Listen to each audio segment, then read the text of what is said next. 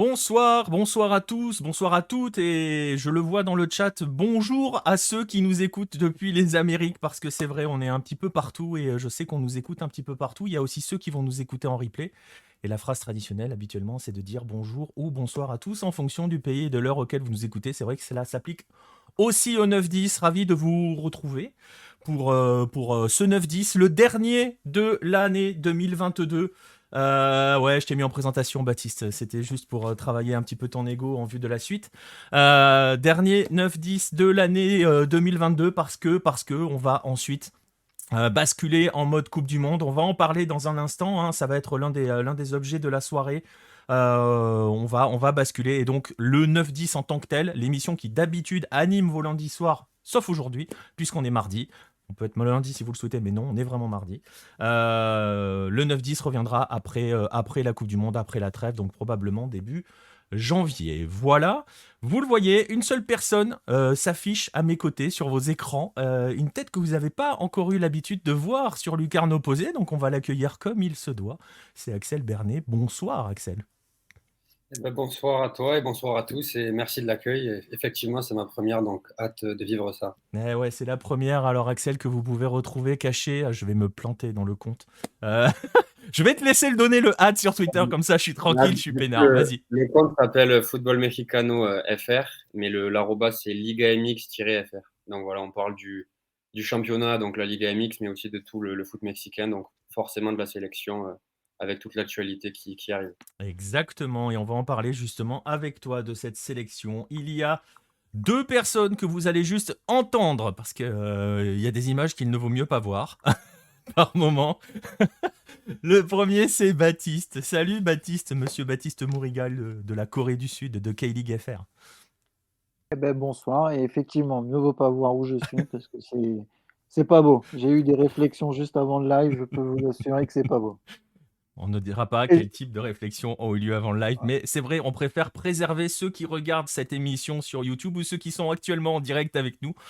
Voilà, c'est pas encore interdit au moins de 18, mais ça pourrait l'être si on affichait Baptiste. Bref, voilà, Et je une autre dis pas personne. bonjour merde, j'ai oublié le prénom, à Axel, Axel.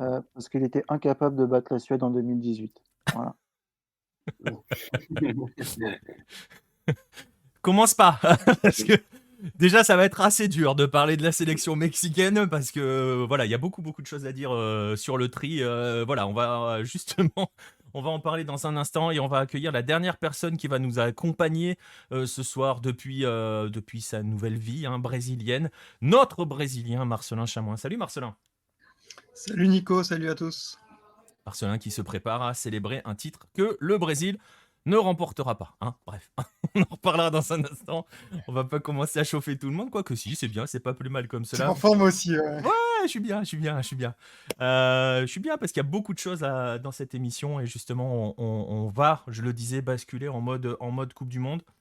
Vous avez vu, il y a un représentant du Mexique, un représentant de la Corée du Sud, un représentant du Brésil. Vous imaginez tout de suite quelle zone on va franchir. On va aller justement faire un focus sur quelques-uns des mondialistes, zone par zone. Alors, vous l'avez deviné aussi en voyant qui est avec nous. Il n'y aura pas de page africaine, de partie Afrique. Farouk n'est pas là, PM n'est pas là non plus. Donc, plutôt que de vous envoyer des lieux communs, voilà, quand on n'a pas nos spécialistes, on n'en parle pas. Donc, pas d'Afrique au menu de ce 9-10, mais il y a quand même déjà suffisamment de choses à dire. Et on va pas entrer dans le détail pointu de chaque sélection, sinon l'émission va durer 7h28, et je suis pas sûr qu'on ait 7h28 devant nous. Je sais qu'il peut y avoir des très longs lives sur Twitch, mais très honnêtement, j'ai pas 7h28 devant moi. Je sais pas vous les gars, mais moi non. Non, voilà.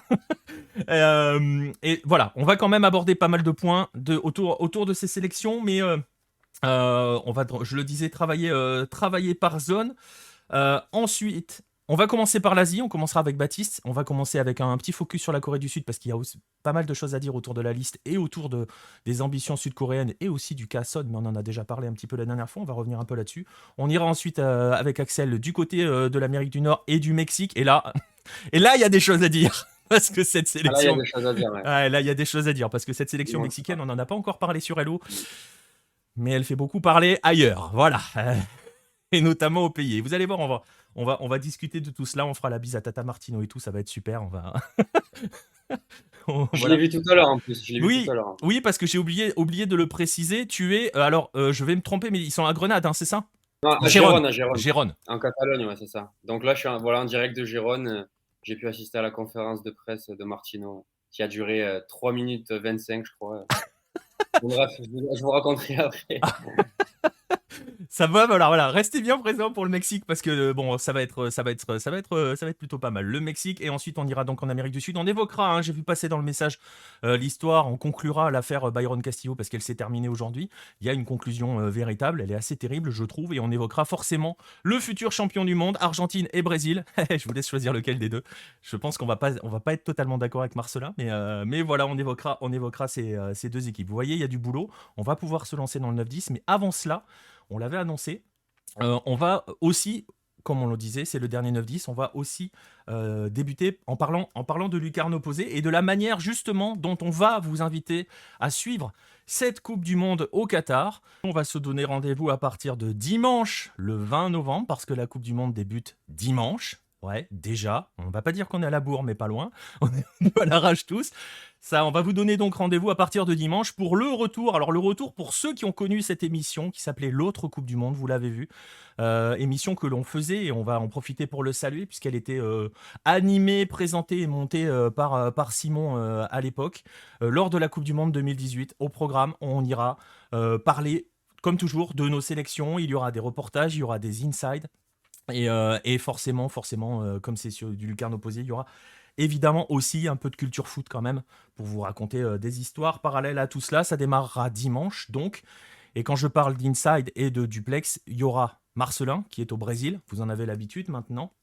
Donc il sera toujours avec nous pour vous faire vivre comment le Brésil vit l'épopée de sa sélection au Qatar. On aura Diego qui rentre au Mexique. Axel, il rentre ce soir ou demain, hein, c'est ça, hein? Je sais pas si tu sais. Il me semble que c'est le 20, mais ouais, c'est bientôt là, cette fin de semaine. Ouais. Fin de semaine, voilà. Il retourne dans son cher Mexique. Il sera plutôt bien là-bas. Pour le début, pile pour le début. Ouais. Ouais, voilà, c'est ça, pile pour le début. Et c'est peut-être ce que vous avez deviné en regardant bien attentivement ce trailer, l'ensemble de cette couverture sera en partenariat avec The Bet. Oui, on a eu un partenariat avec The Bet pour vous offrir cela. Et ça va avoir une conséquence, c'est que à partir du 27 novembre, je vais m'envoler avec une équipe de tournage pour l'Argentine, où on va suivre l'épopée argentine. Je le disais, avec une équipe de tournage sur place. On va aller croiser les gens, mais pas que. On va se promener un petit peu partout en Argentine. Et on va donc vous offrir du contenu venu d'Argentine. Il y aura du contenu qui sera exclusif pour notre partenaire The Bet. Il y aura du contenu évidemment qu'on partagera également sur Lucarne Opposée.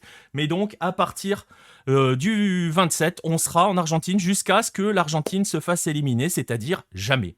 Donc, donc voilà. Je peux t'emmener, je sais pas, Red le Rouge.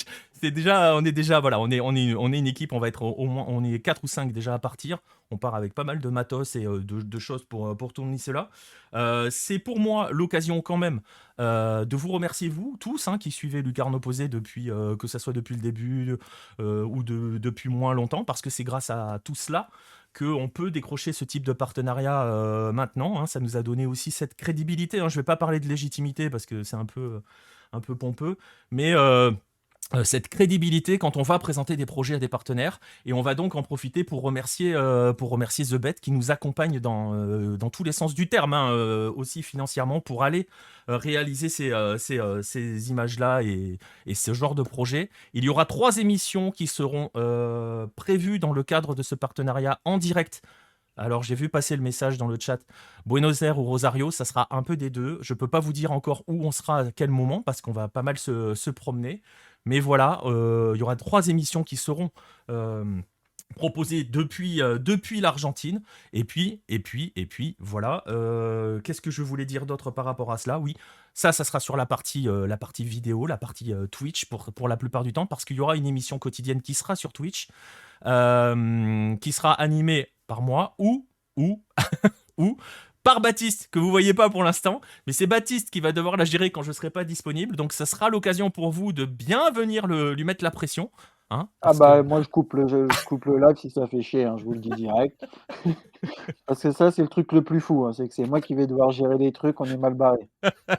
Alors, bon, normalement, je pourrais être disponible assez régulièrement hein, pour gérer. Normalement, on va voir, mais ça va dépendre aussi de l'endroit où on est, de comment on peut gérer tout cela. Bref, voilà, il y aura tout cela en termes de contenu en direct. Vous en avez l'habitude, ça sera comme le 9-10, ça sera rediffusé le lendemain sur YouTube, ça sera disponible sur les plateformes de podcast. Et donc voilà, merci donc à vous tous qui avez permis ça, merci à The Bet qui nous accompagne là-dedans, dans cette folle aventure. Vous n'oubliez pas que pendant ce temps-là, il y aura quand même toujours le site, il y aura les comptes rendus des matchs, les actualités et tout, toujours sur le site. Mais voilà, on va essayer de vous offrir de vous parler de football, ça va nous changer. En même temps, ça sert à ça. Normalement, les Coupes du Monde, c'est un peu notre principe à nous. On se sert aussi de la Coupe du Monde pour montrer nos sélections, pour montrer le football de nos pays. C'est la meilleure mise en valeur qui puisse exister pour ces footballs-là. Et voilà comment on compte la couvrir cette année. J'espère que ça vous plaira, j'espère que vous serez avec nous, hein, que vous nous soutiendrez dans cette folle aventure. Mais j'en doute pas. Voilà. Donc voilà pour en gros le dispositif de Lucarne Opposé. Ça sera avec la bande, hein, vous les voyez, avec tous les habituels. Et les petits nouveaux, hein, comme Axel qui est juste à côté de moi, qui va découvrir ça. T'as pas la Ah, pression, ça va. non, non, ça va, tranquille. Ça devrait Ah, vu aller. qu'il va faire que 3 matchs, ça va aller vite, hein. Ouais, on devrait. Déjà, premier match, on perd contre la Pologne. Après, c'est bon, moi, j'en parle plus, c'est fini. On est déjà éliminé. C'est vrai qu'on va en reparler. Le groupe, voilà, tout va se jouer Ouais. vraiment sur le premier match pour le coup, pour le Mexique. Mardi, en fait, dans une semaine déjà. C'est ça. Et il y a pas mal de sélections qui vont être dans cet esprit-là. Mais c'est vrai que le Mexique, on en parlera tout à l'heure, qui a l'habitude de franchir les groupes, cette année, on est moins confiant. Côté mexicain, Ouais. on n'a pas parlé du Quinto Partido hein, cette année. Donc Non, non, le quatrième, ça sera déjà pas mal. voilà, on en parlera tout à l'heure. Bah voilà, la transition, elle est toute faite, puisqu'on a commencé à aborder un petit peu cette Coupe du Monde. Vous savez quoi? On vous a présenté le dispositif, on vous a présenté tout ce qu'il fallait. Bah, on va pouvoir se lancer tranquillement et nous lancer dans ce dossier Coupe du Monde. C'est parti.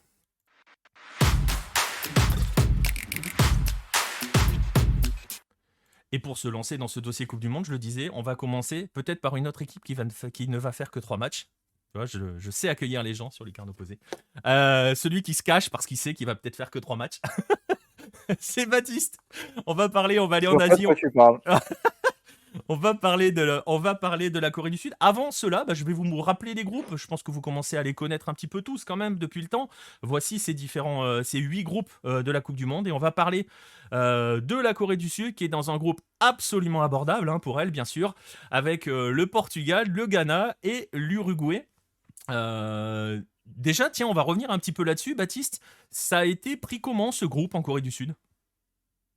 Ça a été pris, assez, on va dire assez, bien parce que les Coréens sont très fans en fait de stars. Donc ils sont dans le groupe de Cristiano Ronaldo. Son Heung-min est souvent présenté comme, le Cristiano Ronaldo coréen parce que Sonaldo et cetera, il a une façon de jouer qui lui rappelle beaucoup sur le dribble, sur la puissance et cetera. Donc ils ont forcément fait le parallèle. Paulo Le Bento numéro 7 est aussi.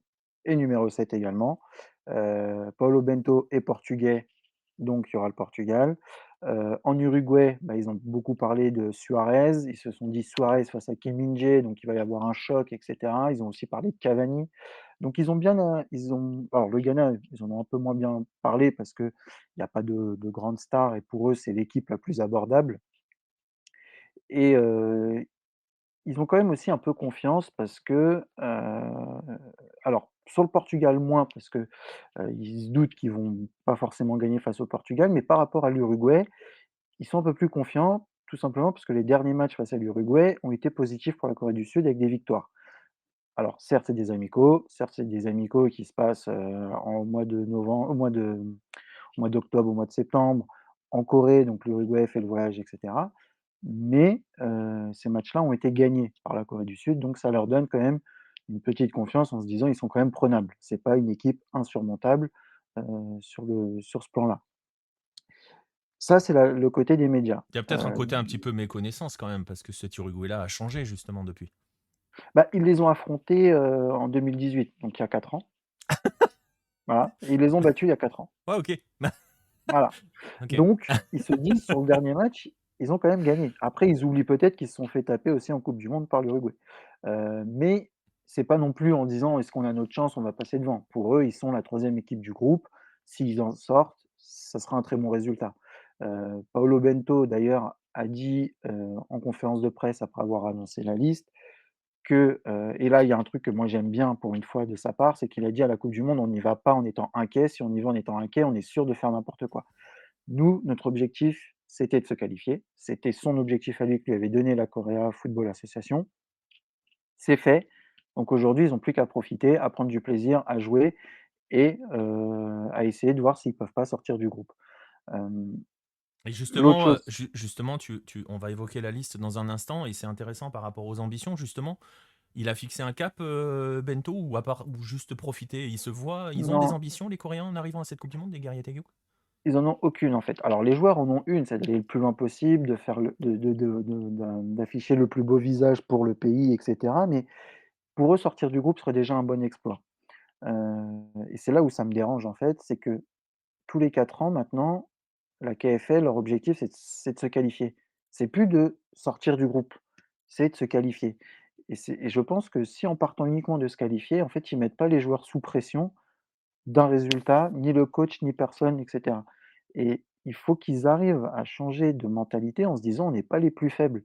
Parce qu'en se disant: «On est les plus faibles», ils ont perdu face à l'Algérie en 2014.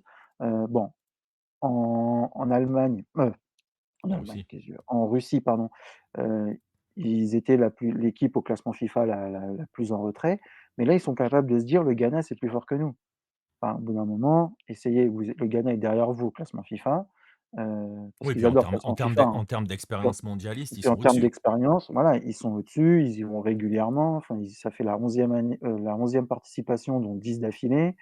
Ils ont terminé 4e, on peut dire ce qu'on veut, mais ils ont fini 4e. Enfin voilà, il faudrait ils réfléchissent d'une autre façon et puis après c'est un sujet plus large, qu'ils arrêtent de faire des cycles coupe du monde, qu'ils fassent des cycles coupe d'Asie et comme ça on aura une équipe qui sera un peu mieux structurée à la coupe du monde. Mais ça, c'est un autre sujet. Ouais.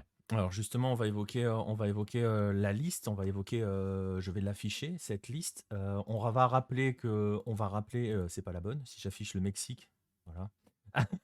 Ils ont changé les Coréens. Ah, ils ont changé les Coréens, On est la parti, voici la liste mexicaine. peut-être que si on est dans 2 groupes, on aura plus de chances de passer les poules après. Je suis pas sûr, hein, je suis pas sûr. Mais, Ce groupe-là, j'avoue que je leur laisse bien volontiers ce groupe-là. ouais, ce groupe-là, franchement, voilà, parce que bon, on entend aussi, par exemple, je le vois passer dans le chat. Je vais en profiter quand même pour remercier, pour vous remercier tous de vos messages, hein, dans le chat. J'en ai vu plusieurs, j'ai pas eu le temps de les lire. Merci, merci à vous pour les messages bienveillants. Ça fait toujours plaisir, forcément. Et je vais en profiter pour remercier, Biscuit Prince de Lu pour le Prime et AZTK11 pour le follow. Voilà, je suis complet là-dessus, j'ai raté personne, je suis bien.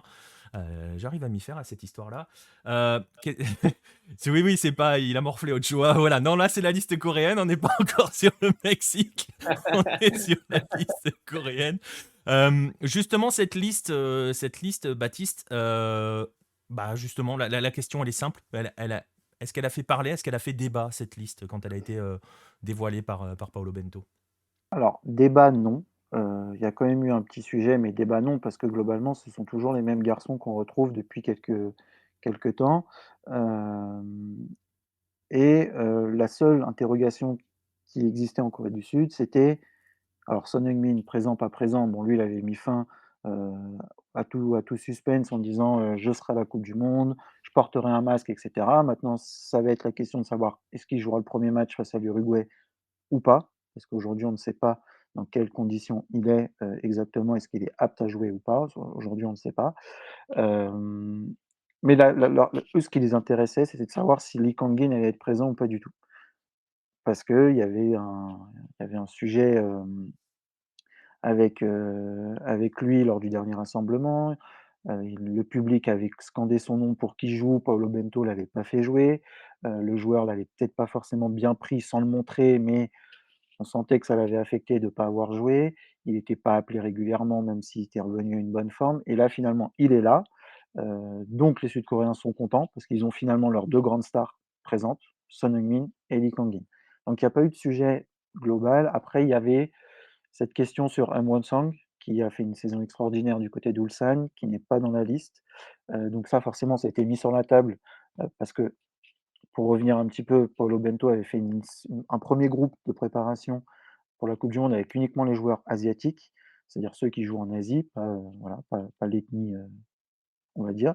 Hem et dedans, il y avait forcément N'Gossan qui était le joueur incontournable de cette saison en K-League et on s'attendait pas en fait, tout le monde espérait qu'il soit là. Beaucoup de personnes espéraient qu'il soit là parce que sur son côté droit, il est assez incroyable et en fin de match, il peut venir faire des accélérations et c'est vraiment un atout et finalement, il est pas là puisque Paulo Bento lui a préféré, bah, Son Min-kyu, Na-Sango, voilà, donc et Kwon Chang-hoon, à ce poste-là ou même Wang Hee-chan qui peut jouer et la question est arrivée sur la table. Paulo Bento a juste dit: «C'est un des joueurs qui n'est pas présent, il y en a d'autres qui sont pas présents, tout dépend des caractéristiques et de ce que l'on veut faire».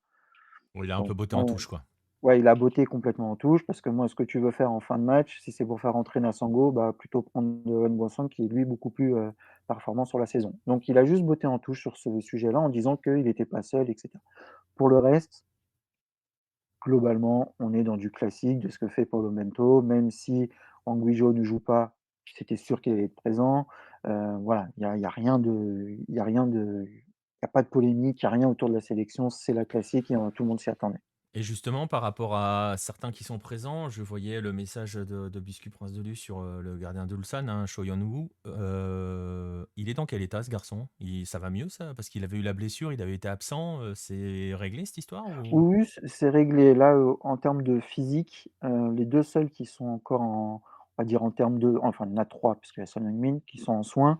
Il y a Kim Jin-soo qui avait une petite alerte, musculaire, qui a fait qui n'avait pas en fait, pendant le 1er stage avec que les asiatiques, il n'a pas participé au match. Il était vraiment, en soins, tout seul, à s'entraîner tout seul. Il a quand même été sélectionné parce que c'est le meilleur latéral de Corée du Sud. Hem et là, il a repris l'entraînement avec le groupe, alors le 14, oui, parce qu'en Corée, c'est un jour après, donc le 14, l'info est tombée ce matin, mais hier, il a participé avec le groupe. Hem, il y a, Wang Hee-chan qui est lui aussi une petite alerte, mais rien de grave. Donc globalement, tout le monde est en bonne forme, sauf Son Heung-min où il y a une petite inquiétude, d'où le fait que, Oh Young-woo soit aussi, de la partie, même si lui n'apparaît pas sur la photo. Ouais. Et d'ailleurs, petite anecdote, enfin petite statistique, vous l'avez probablement vu passer, pardon.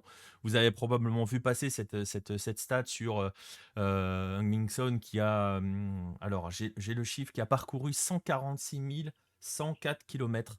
En fait, ce sont des chiffres qui ont été publiés par la FIFPro et qui a fait des statistiques, une étude statistique sur on peut dire l'état de fatigue, mais surtout l'utilisation des joueurs sur les 2 dernières saisons, donc 2021-2022 et 2022-2023, qui a à peine à mi-saison.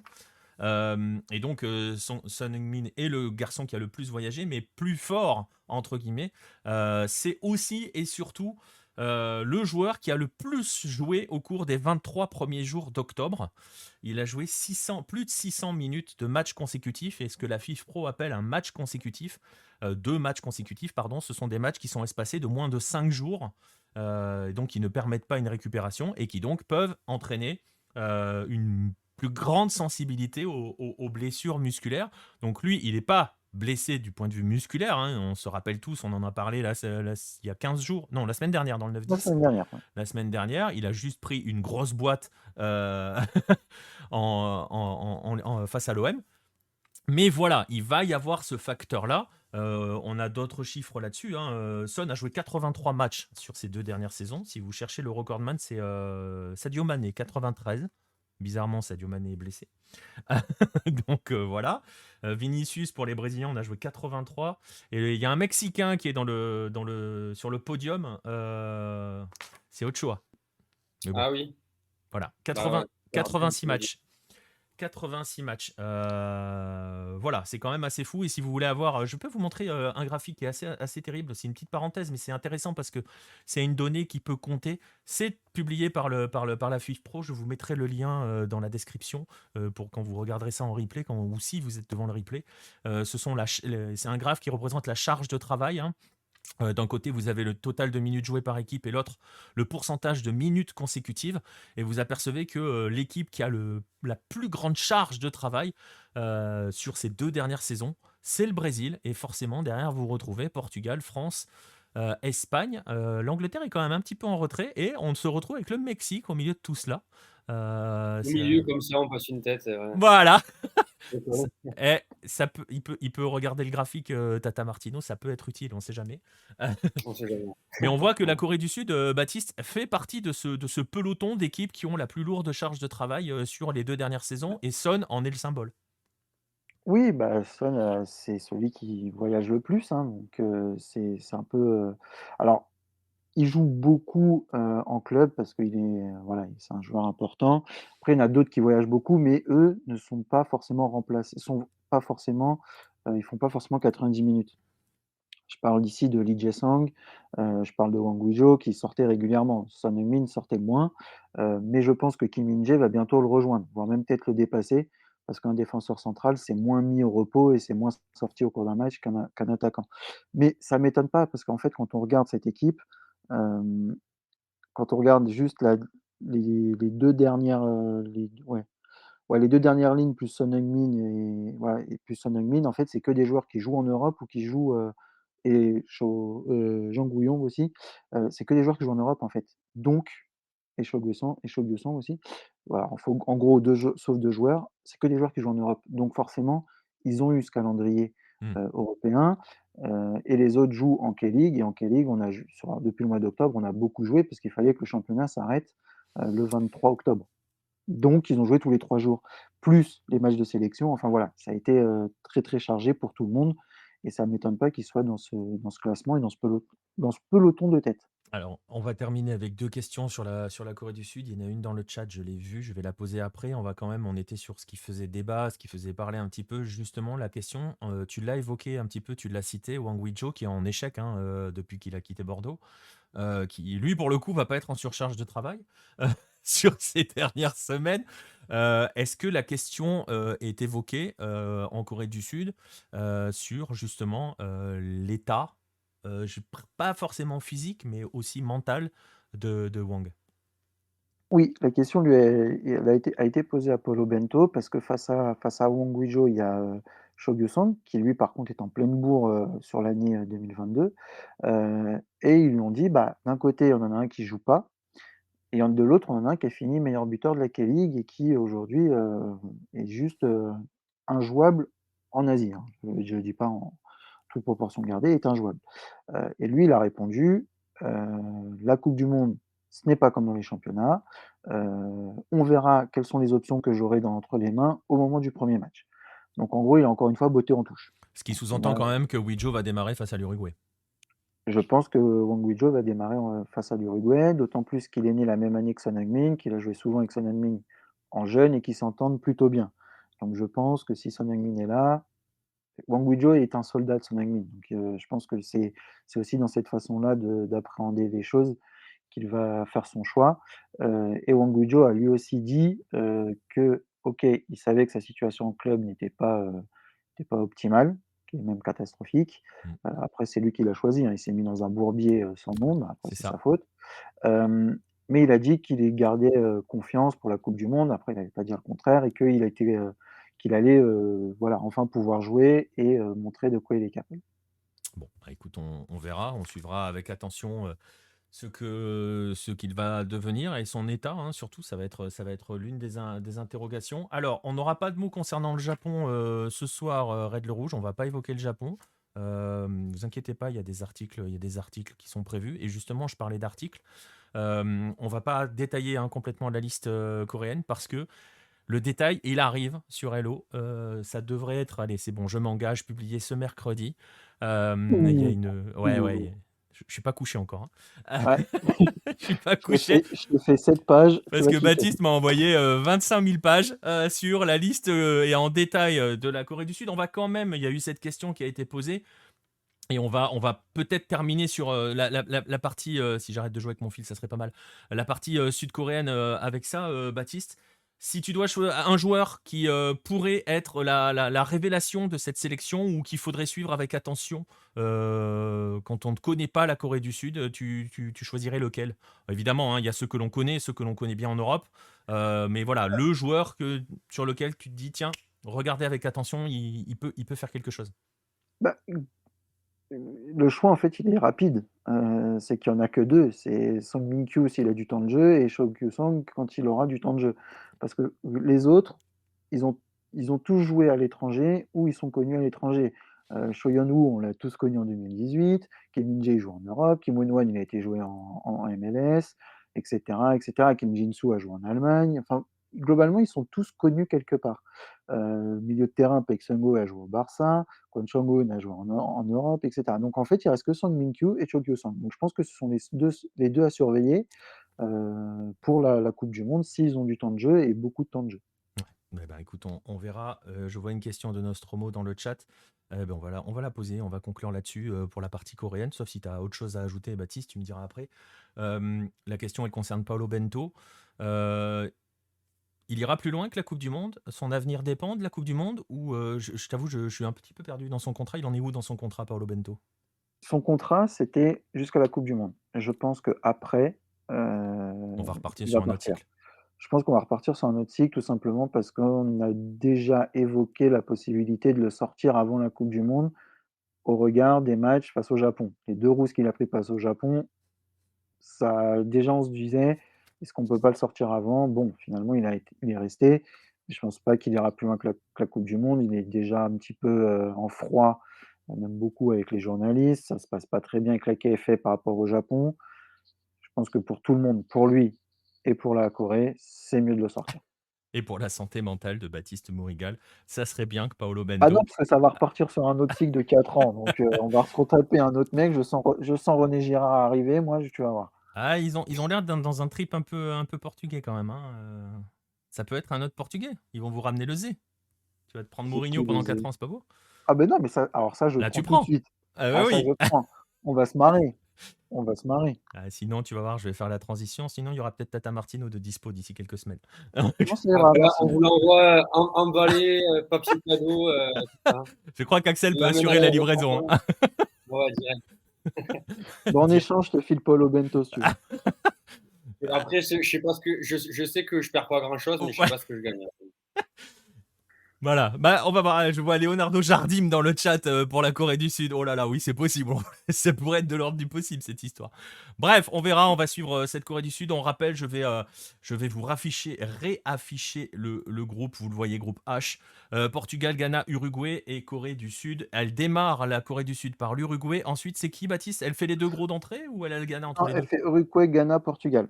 Ok, donc elle peut arriver sur le match face au Portugal avec une possibilité peut-être de se qualifier. Bah, en fonc tout dépendra du premier match face à l'Uruguay, en fait. Surtout du match du Ghana, parce que si tu imagines que pendant ce temps-là, le Portugal bat le Ghana et toi tu bats le Ghana derrière et que le Portugal n'a pas battu l'Uruguay, voilà. Ouais, mais dans ce cas-là, Paulo Bento va ouvrir les vannes. Tu crois qu'il se laisserait perdre face au Portugal? Bah, je sais pas. Ah, là, Non, ça serait non, je pense ouais, que ça serait mal le connaître. Je pense qu'il a quand ouais. même Mais envie c'est de vrai que vous avez gagner. le même truc. Nous, on dit pareil de Tino. Enfin, les Mexicains, ils disent pareil, qu'il a fait exprès de prendre des joueurs pas bons pour perdre contre l'Argentine. Est-ce qu'il a besoin de On en ça? reparlera. On va en parler dans un instant.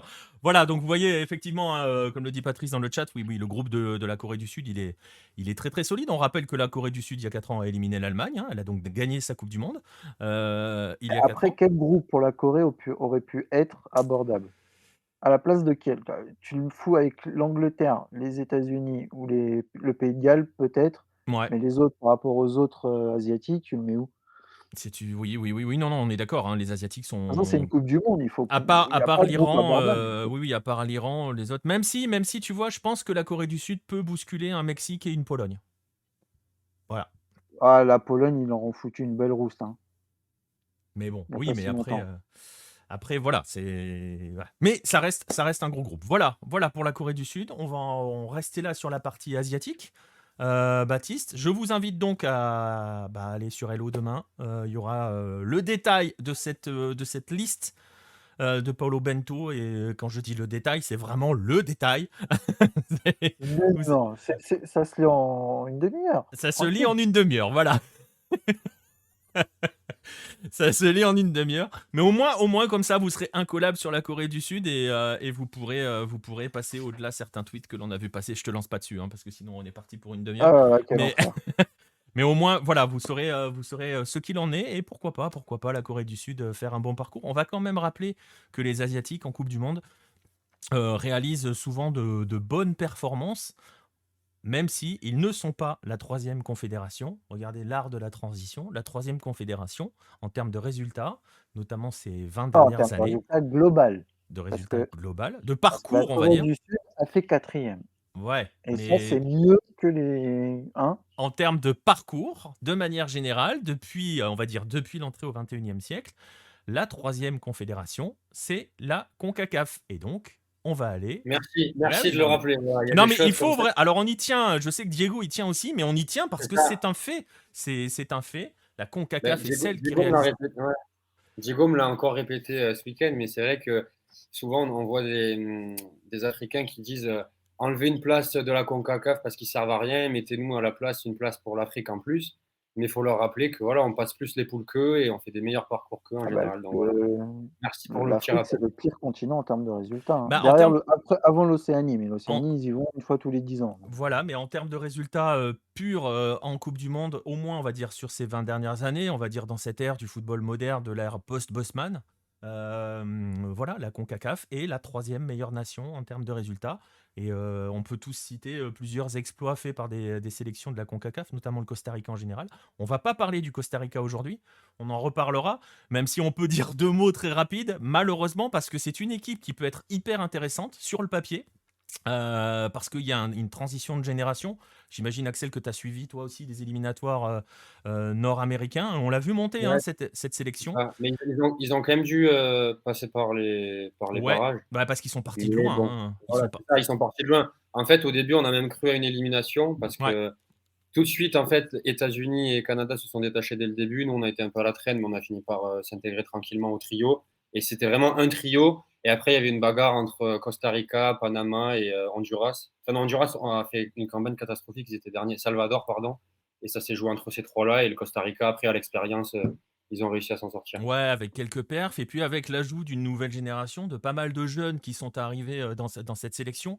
Alors ça donne plein d'espoir. Le problème, c'est que bah, vous voyez le groupe Espagne, Allemagne, Japon. Le sélectionneur, c'est Luis Fernando Suarez. On l'avait croisé à la tête du Honduras face à l'équipe de France.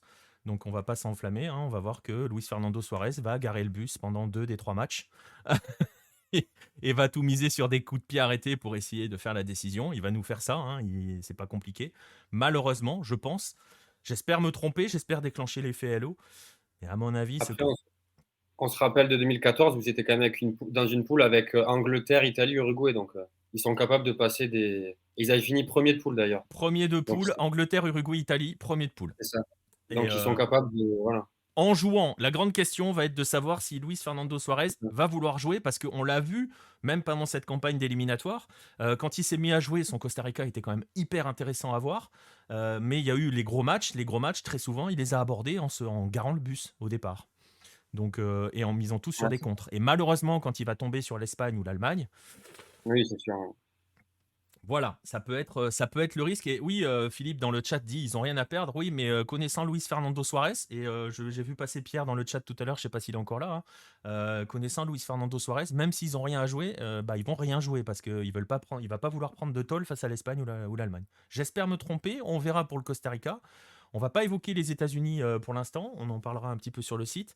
On va peut-être pas évoquer trop le Canada parce que ça aussi je vais en parler sur le site dans les prochains jours, qui est probablement, alors je sais pas ce que tu en penses Axel, mais moi sur la zone CONCACAF, l'équipe C'est à ça. suivre. Non, mais c'est clair parce qu'il y a tellement de choses. C'est une équipe passionnante à suivre. Il y a des jeunes. Il y a aussi le fait que ça fait 36 ans qu'ils sont plus au mondial. Donc, revoir le Canada en Coupe du Monde, ça fait plaisir avec des joueurs super intéressants, Jonathan David, Alphonso Davies, etc. Et même des jeunes. Donc, c'est clair que je suis d'accord avec toi. Ils ont fini en tête en plus des éliminatoires dans la zone CONCACAF. Donc, oui, s'il y a une équipe à suivre cette année dans la zone CONCACAF, c'est bien eux.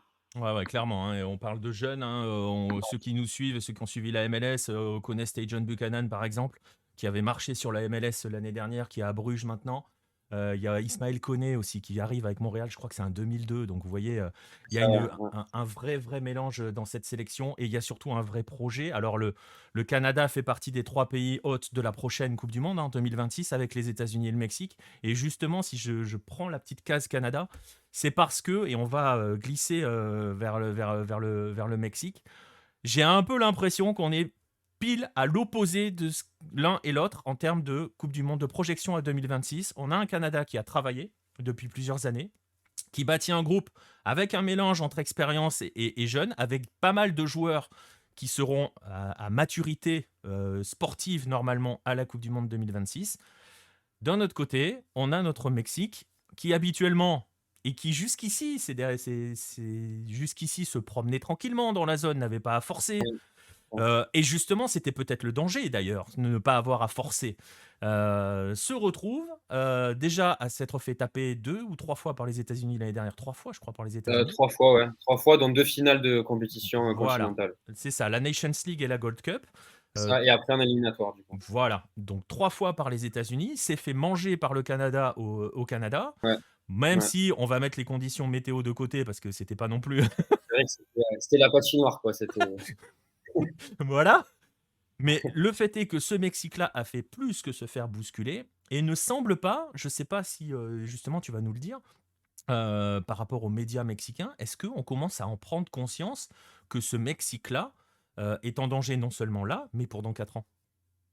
Bah, en fait, ça fait quand même assez longtemps qu'on en a pris conscience, je dirais, dans les médias, parce que dès la campagne éliminatoire, comme tu l'as dit, les défaites, surtout face aux 2 concurrents des États-Unis et du Canada, parce que sans manquer de respect aux autres équipes, c'est des équipes qu'on a toujours battues et qu'on a encore une fois battues, même si c'était pas beau, on a toujours gagné contre ces équipes-là.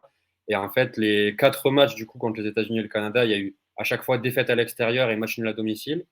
Donc en gros, c'est 2 points en 4 matchs contre les 2 concurrents principaux. Et en fait, déjà, à partir de là, il y a eu énormément de critiques. Martino n'a jamais été plébiscité par les médias. Il est arrivé en 2019 pour préparer justement le 2022. Il avait bien commencé. Il arrive, il gagne tout de suite la Gold Cup face aux États-Unis. On avait du jeu qui se mettait en place. En fait, il n'a pas non plus été aidé par les circonstances extérieures. Il y a eu la pandémie déjà, donc il y a eu, c'est tout le monde la même chose, mais pour le Mexique, ça a vraiment été un gros frein. Et il y a surtout eu la grosse blessure de Raúl Jiménez à la tête, qui a failli d'ailleurs lui coûter sa fin de carrière, hein. C'était Mm. beaucoup plus grave que juste du football. Mais du coup, tout ça a fait que Martino en fait, avait une idée bien précise et tout a été chamboulé pour lui. Il a dû s'adapter. Et du coup, ça donne une équipe qui n'est pas du tout en confiance. Et du coup, pour revenir vraiment à l'essence de ta question, les médias sont très, très critiques envers lui. Et les médias ne sont pas du tout confiants pour la Coupe du Monde à venir et encore moins pour 2026. Surtout, je pense que ça allait être peut-être la prochaine question, mais surtout après la liste qui vient d'être dévoilée hier. Justement, je la montre, cette liste. Je sais pas si ça va être très lisible parce que c'est le graphique qu'ils ont présenté. Justement, et dans cette liste, il y a quelques absents notables. On pense à quelques jeunes. Je sais pas si on peut autant lâcher les noms directs. Je sais pas si Ouais. Lainez est vraiment une grosse surprise que le fait qu'il ne soit pas là. Mais en fait, c'est une surprise parce que même s'il a jamais, enfin, il n'a pas encore éclos comme on le voulait au Mexique, c'est depuis qu'il a 17-18 ans, on le présente comme le nouveau prodige, etc. Il a quand même été transféré pour une grosse somme d'argent au Mm. Betis quand il avait encore 18 ans. Au Betis, comme vous savez, ça l'a pas fait pour lui, donc il est parti en prêt à Braga.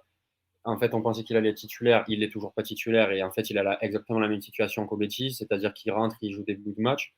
Donc en fait, si c'était comment dire, dans n'importe quelle autre sélection, j'aurais dit que c'est normal parce que voilà, c'est aussi au mérite et s'il joue pas en club, c'est normal qu'il soit pas sélectionné. Mais le problème, c'est qu'au Mexique, déjà, il y a son statut alors qu'il Mm. est très jeune, mais en fait, il a toujours eu, tu vois, cette image Ouais, ouais, ouais. de prodige et du nouveau leader et tout ça. Bah, c'était En la pépite de 2018, il l'América avait en fait plus. quoi? En 2018, il avait fait des déclarations en disant j'espère que le mondial 2018, c'est le dernier en tant que spectateur. Enfin, tu vois, c'était vraiment. Et du coup, même en fait, ce statut-là, à lui tout seul, presque, aurait dû lui donner une place en sélection.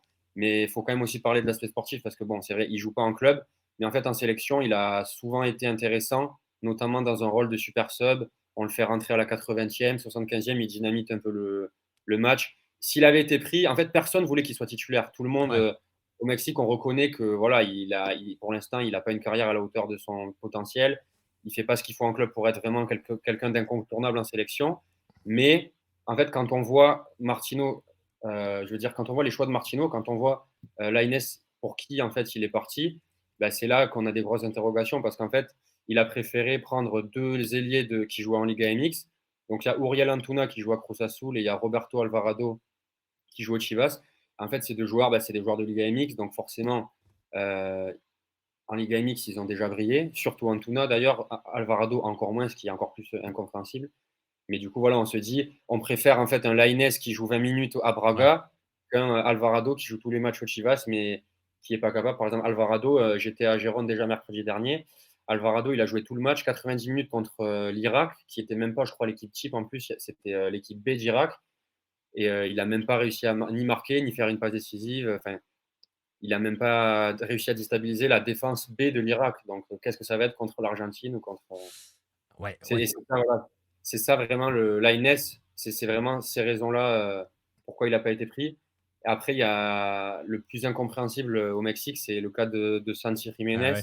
C'est Donc le voilà, nom que j'allais ah, te citer. pas de nouveauté. Santi Jiménez paraissait, pour le coup, lui, tu vois, autant je disais Lainez, bon, allez, dans l'absolu, mais Santi Jiménez, ça paraissait presque évident qu'il allait y être. Et puis non. Ouais, c'est ça. Ben, en fait, c'est évident pour tout le monde sauf pour Martino, quoi. C'est ça qui est terrible. Non, mais en fait, Martino a, comme je reviens sur ce que je disais tout à l'heure sur Jiménez, en fait, quand Martino a pris en tête la sélection, au début, Chicharito était encore là, parce qu'il y a beaucoup de gens aussi qui se demandent pourquoi Chicharito n'est plus là. Ouais, la En question est fait, passée dans le chat, hein.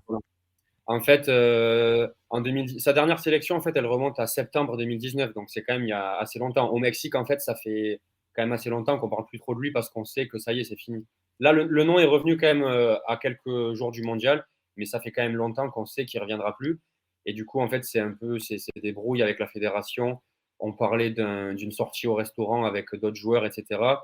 Et là, il y a quelques jours, il y a un journaliste qui a un peu balancé comme ça une info comme quoi en fait Chicharito aurait ramené des prostituées dans l'hôtel de la sélection.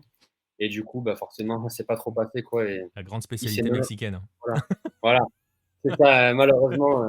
Et en fait, du coup, il s'est brouillé, en fait, il s'est brouillé avec la sélection, mais même avec des coéquipiers, en fait, des coéquipiers qui lui ont dit bah, qu'est-ce que tu fais? Moi, je suis marié, ma femme et tout, si elle la prend. Enfin, tu vois, il s'est pas embrouillé seulement avec la fédération, mais même avec des coéquipiers. Et du coup, en fait, quand il a été comme ça, un peu exclu de la fédération et de l'équipe nationale, il y a certains joueurs qui ne se sont pas forcément opposés parce que voilà, ils ont vu que son comportement était pas correct. Lui, évidemment, il dit que c'est pas vrai et tout ça, que personne lui a jamais rien dit.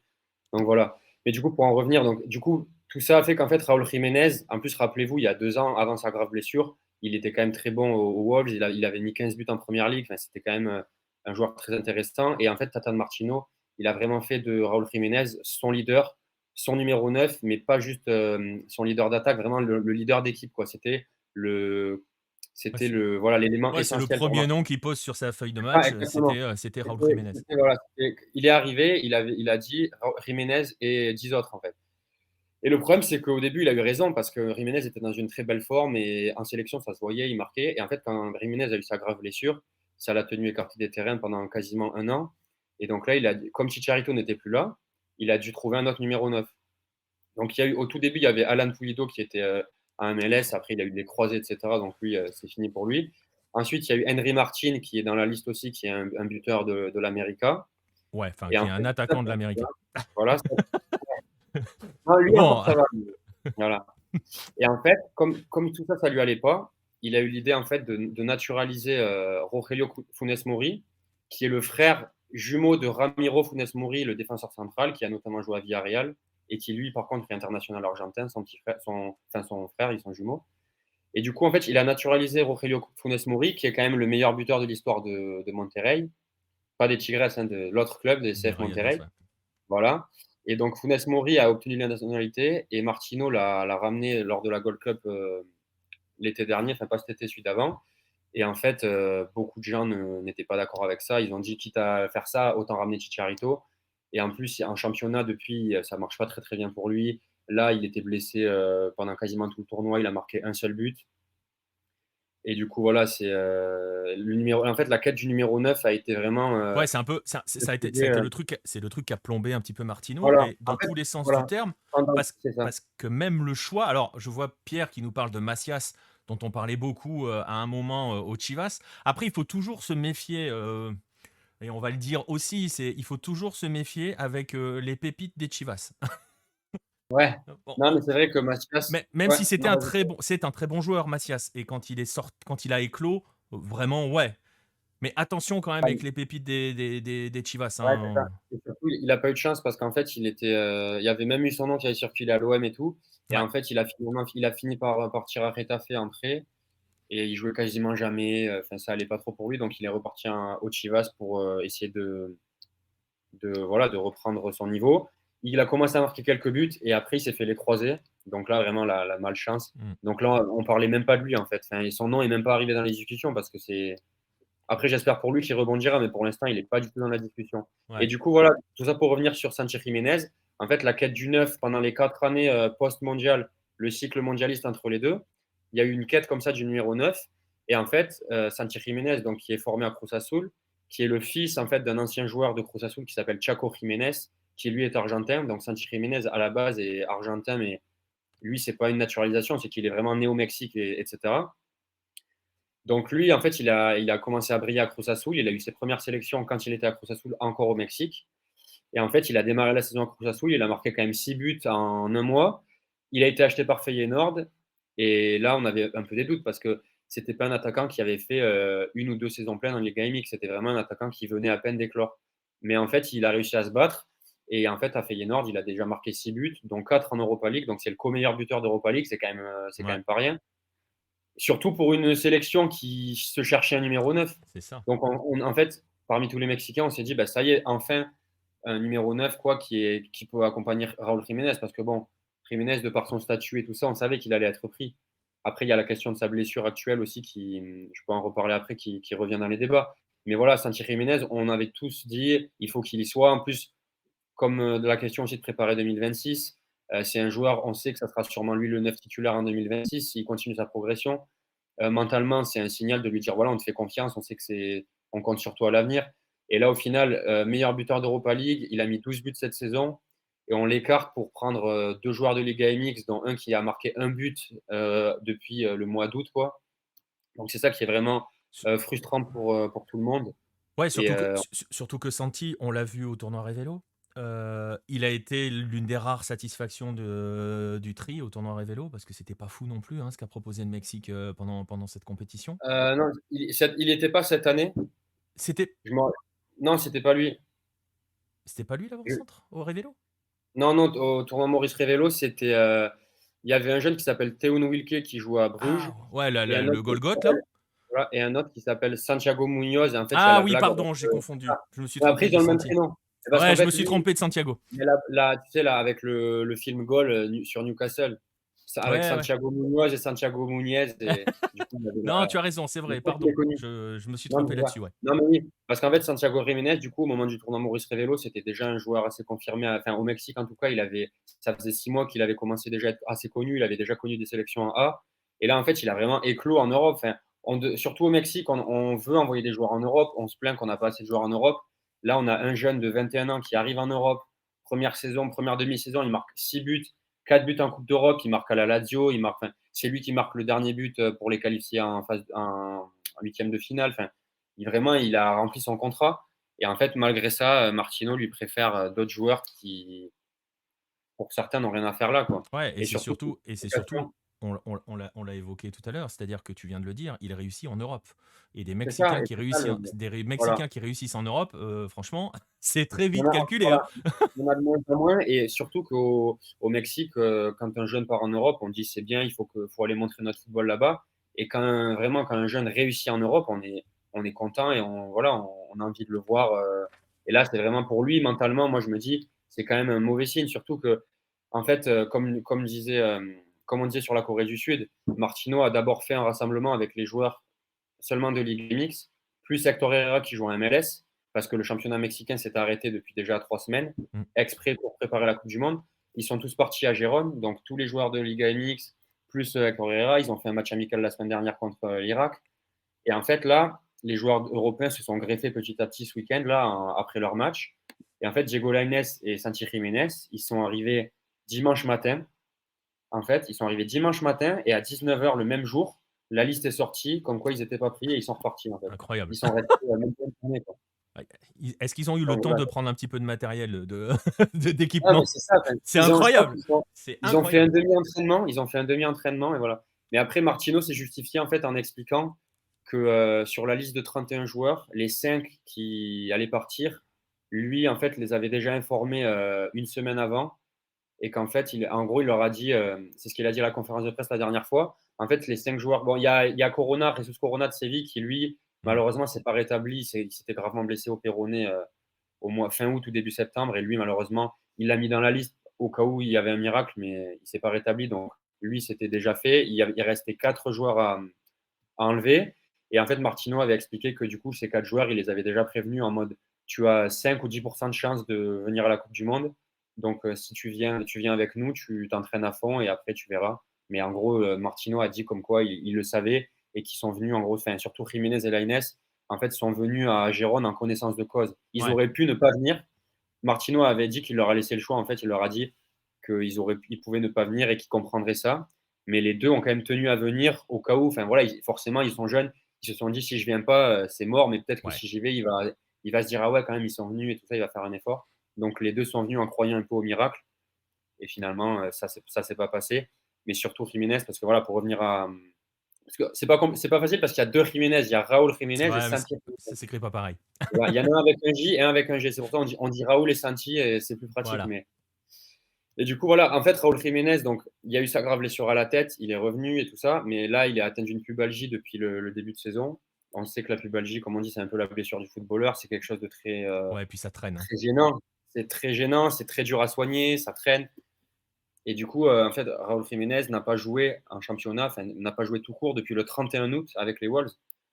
Et du coup, bah, tout le monde disait, quitte à prendre Funes Mori et Henry Martin, bah, même prenez pas Raúl Jiménez, laissez-le, il est blessé, c'est tout, il faut l'accepter, faut se rendre à l'évidence. Tout le monde, enfin, on est tous embêtés par ça, mais il faut l'accepter, c'est comme ça. Prenez à la place de Funes jeune. Mori qui a aussi été blessé dans le courant de la Ouais, saison, hein. ouais, ouais. Lui, là, il est rétabli, mais Il est il a été rétabli, mais il est blessé. revenu sur la fin Voilà. du tournoi, Il hein. n'a pas de rythme, en fait. Il n'a pas C'est du tout ça. de rythme. Et c'est vrai que, euh, comment dire, ouais, Gerardo Martino, il parlait de rythme. En fait, il disait, on lui avait demandé quels sont les critères pour sélectionner un joueur et tout. Et lui, il avait dit, bah, ça dépend lesquels, mais c'est le rythme, c'est ce qu'il apporte à l'équipe, etc. Et on lui avait dit, oui, mais parce qu'il y avait déjà des bruits comme quoi Santi Jiménez n'allait pas être pris. Donc on lui a demandé, mais pourquoi Santi Jiménez passe quatrième alors qu'il a plus marqué et qu'il a plus joué que les autres? Et lui disait, non, mais il faut aussi voir ce qu'il apporte à l'équipe. Il n'y a pas juste le fait de marquer des buts. Il marque des buts, mais il n'est pas titulaire, il rentre de temps en temps. Nanani. Comme ça, il a balancé en fait des justifications qui sont complètement incompréhensibles parce qu'en fait, non seulement il a plus marqué, mais surtout il a plus joué. En fait, il a plus de rythme que les 3 autres. Bah, oui, oui, c'est ça. Donc c'est ça qui est encore Mais plus incompréhensible. En fait. Mais est-ce que Martino est pas prisonnier justement? Tu as évoqué cette quête du neuf qui a souvent été un problème, hein, Ouais, ouais, au Mexique. C'est pas anodin que vous avez souvent des neufs étrangers en Liga MX. C'est pas un détail au final. Et c'est pour ça d'ailleurs hein, qu'on avait beaucoup cru en Macias quand il a éclos à ouais, Chivas. ouais, ouais. Parce que pour le coup, on avait un neuf mexicain qui empilait des buts, donc on se disait ah, quand même, ça y est, on s'y met. Bien. Mais est-ce qu'il n'est pas prisonnier? C'est-à-dire qu'à partir du moment où tu naturalises Funes Mori, où tu l'appelles tout le temps, Ouais. t'es obligé de l'emmener. T'es obligé Bah, de c'est l'emmener, le ça. En garçon. fait, moi je me dis, je pense que Martino, il a dû parler avec Funes Mori il y a déjà quelques temps, au moment de sa naturalisation, pour lui dire en gros, si tu C'est si ça. tu te naturalises, tu fais les efforts, ben moi je t'emmène au mondial en fait. Et je pense qu'il avait un peu une dette envers lui comme ça. Et il est peut-être qu'il, comme tu dis, il a été prisonnier. Parce qu'en fait, je pense que pour les gens qui suivent pas la sélection, forcément, c'est dur à, comment dire, à s'en rendre compte. Mais au Mexique, vraiment, je veux dire, il y a peut-être pas une seule personne, en fait, qui va te dire oui, je préfère Rogelio Funes Mori à Santi Jiménez, quoi. Dans les débats comme ça, tu as toujours un clan, tu vois, par exemple, Ouais. quand Benzema n'était pas en équipe de France, il y en Oui. avait plein qui disaient ouais, il faut qu'il revienne et tout ça, mais il y avait quand même une partie aussi qui disait non, mais moi, par rapport à ce qu'il a fait, je suis d'accord, il faut plus qu'il soit là. Enfin, même si elle était peut-être à un moment minoritaire, il y avait toujours des gens pour défendre ça. Là, je pense qu'au Mexique, objectivement, je ne sais pas si tu trouves une seule personne qui te dira il faut emmener Funes Mori et pas Santi Jiménez, quoi. C'est ça qui est. On a l'impression que c'est vraiment le seul, Martino, c'est le seul dans tout le pays en fait qui comprend, enfin, qui a sa vision et Et, personne d'autre le dit.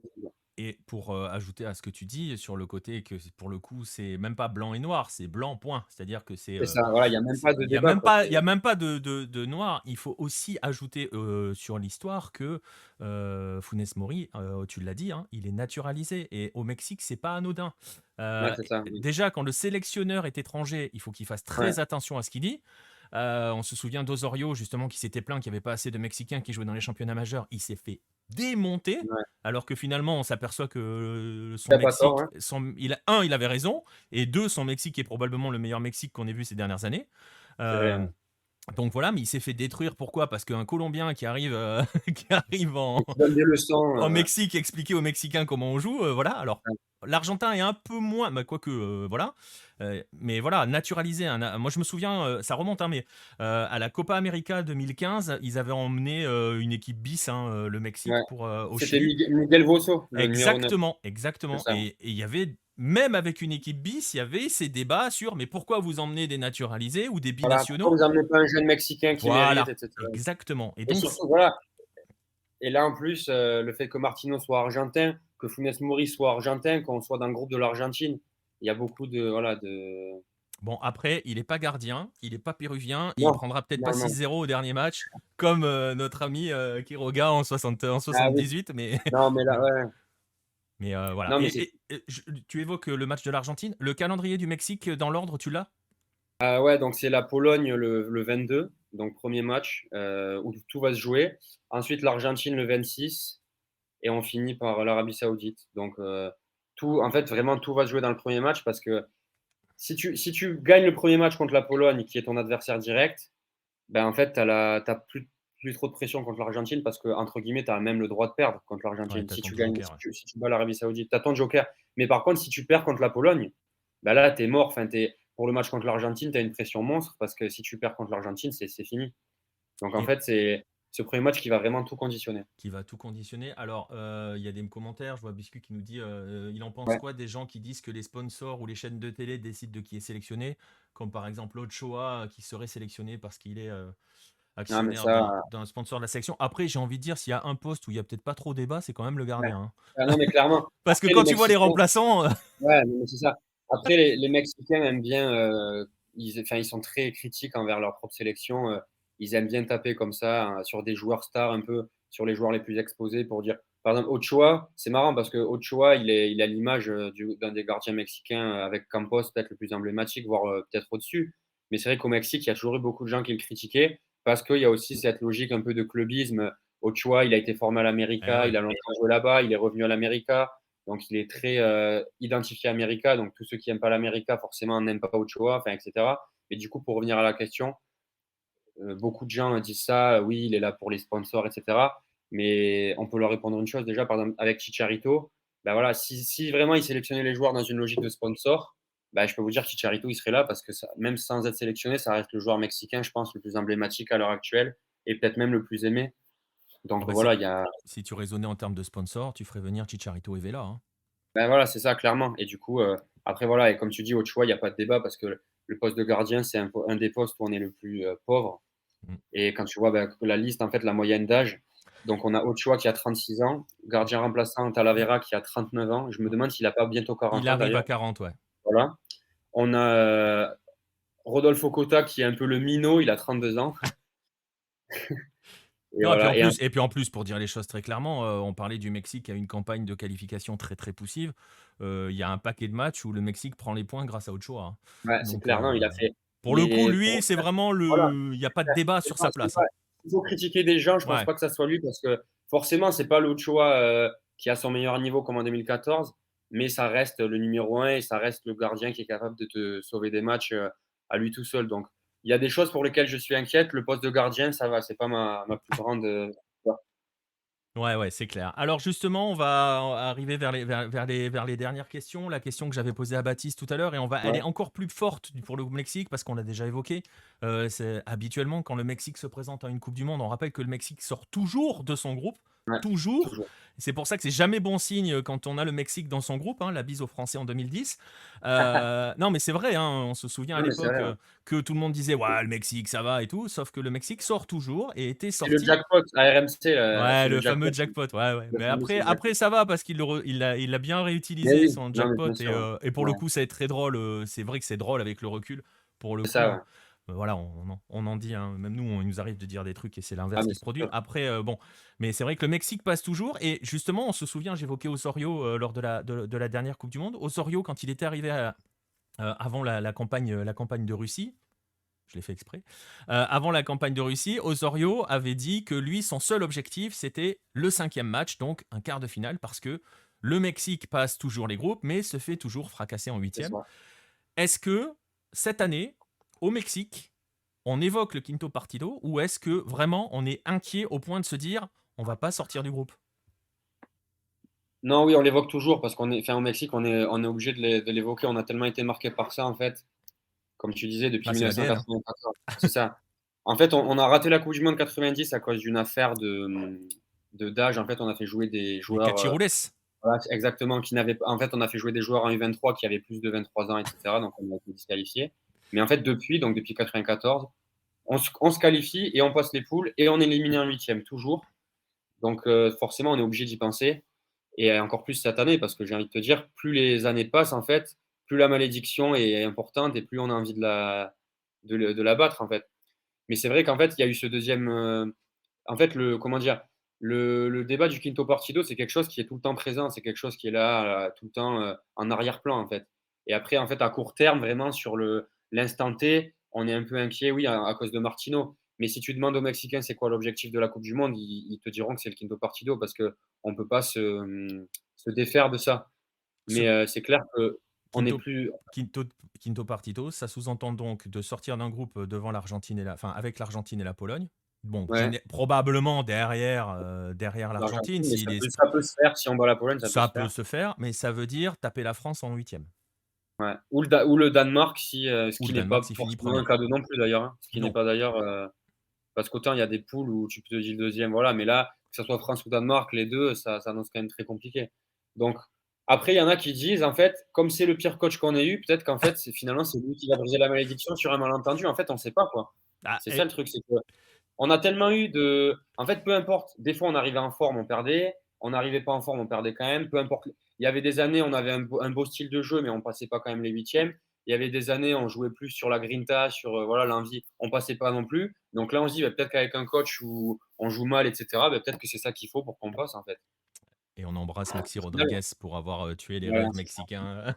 Ouais. Ça, Justement, parce c'était qu'il va. c'était Pardon? dans la catégorie on joue bien cette année-là. En Oui, exact. 2006, Ouais, ouais, c'est pour ça que je rebondissais sur Maxi ouais, Rodriguez. C'était l'époque où le Mexique jouait vraiment bien. c'est ça. Où est-ce que je voulais aller? Je ne sais plus. Je ne sais plus parce que j'ai vu un message. Pierre, je ne sais pas trop sur Thomas. J'en ai parlé avec lui il y a quelques temps. Thomas Goubin, qui était au Mexique autrefois, qui est en France maintenant. Je l'ai vu il n'y a pas longtemps. On est un petit peu dubitatif, hein, sur la capacité au Mexique de sortir du groupe. On verra si le Mexique nous fait mentir. Oui, voilà où je voulais aller. Tu parlais de peut-être qu'avec le pire coach, on peut aller loin. Et j'ai vu passer ce message-là dans le chat tout à l'heure qui évoquait un Paraguay de Tata Martino, le Paraguay de 2011, celui qui va en finale de la Copa América en étant absolument horrible, en ne gagnant pas un match. Donc c'est Ouais. jouable. Et en 2010, ils sortent des poules aussi. Ouais, Il me semble qu'il passe même en quart contre l'Espagne, il se non? fait D'ailleurs, éliminer, il se fait éliminer par l'Espagne avec un penalty raté à 0-0. ouais, Et par ils perdent sur Cardozo et penalty, dans je la crois. même action, il y a un autre penalty, je crois. Et je crois qu'en Exactement. huitième, ils battent le Japon, il me semble, si Donc, mes souvenirs sont bons. donc tout est Donc possible. voilà, voilà. Donc il l'a fait, donc pourquoi pas avec nous, hein. Mais Écoute. de toute façon, on a tout essayé en fait. Donc j'ai envie de te dire, pourquoi pas, hein. Et Si, voilà. ouais, bah ouais, on verra bien. Et justement, dernière question par rapport au Mexique, et c'est un peu la même Ouais. avec laquelle on avait conclu pour la Corée du Sud. Bon, on imagine que Tata Martino n'ira pas plus loin que cette Coupe du Monde, Non, sauf, bah, son sauf contrat, sensation atomique, c'est-à-dire ouais, qu'il c'est aille ça. en finale. Ouais. Non, mais c'est ça, son contrat, il se termine à la fin du mondial. C'est vrai qu'au Mexique, on réfléchit toujours en termes de cyclo mondialista. Toujours quand un coach signe, c'est toujours pour 4 ans jusqu'à la fin du mondial. Et là, voilà, Martino, en plus, il a montré avec sa liste et avec ses joueurs qu'en fait, il préparait pas du tout l'avenir. Ouais, c'est ça. Il a vraiment une logique de court terme, en fait. Il il prépare pas du tout 2026 parce qu'on a parlé de Santi Giménez et de Diego Lainez, mais il y a par exemple au poste de gardien, Carlos Acevedo qui a 23-24 ans aussi. C'est un Gardien de des Santos meilleurs joueurs du Laguna. championnat. Et lui, voilà, en fait, Ochoa, il n'est pas éternel. Je pense qu'en 2026, il sera plus là. Donc, tout porte à croire que ce sera Acevedo, le goal du Mexique.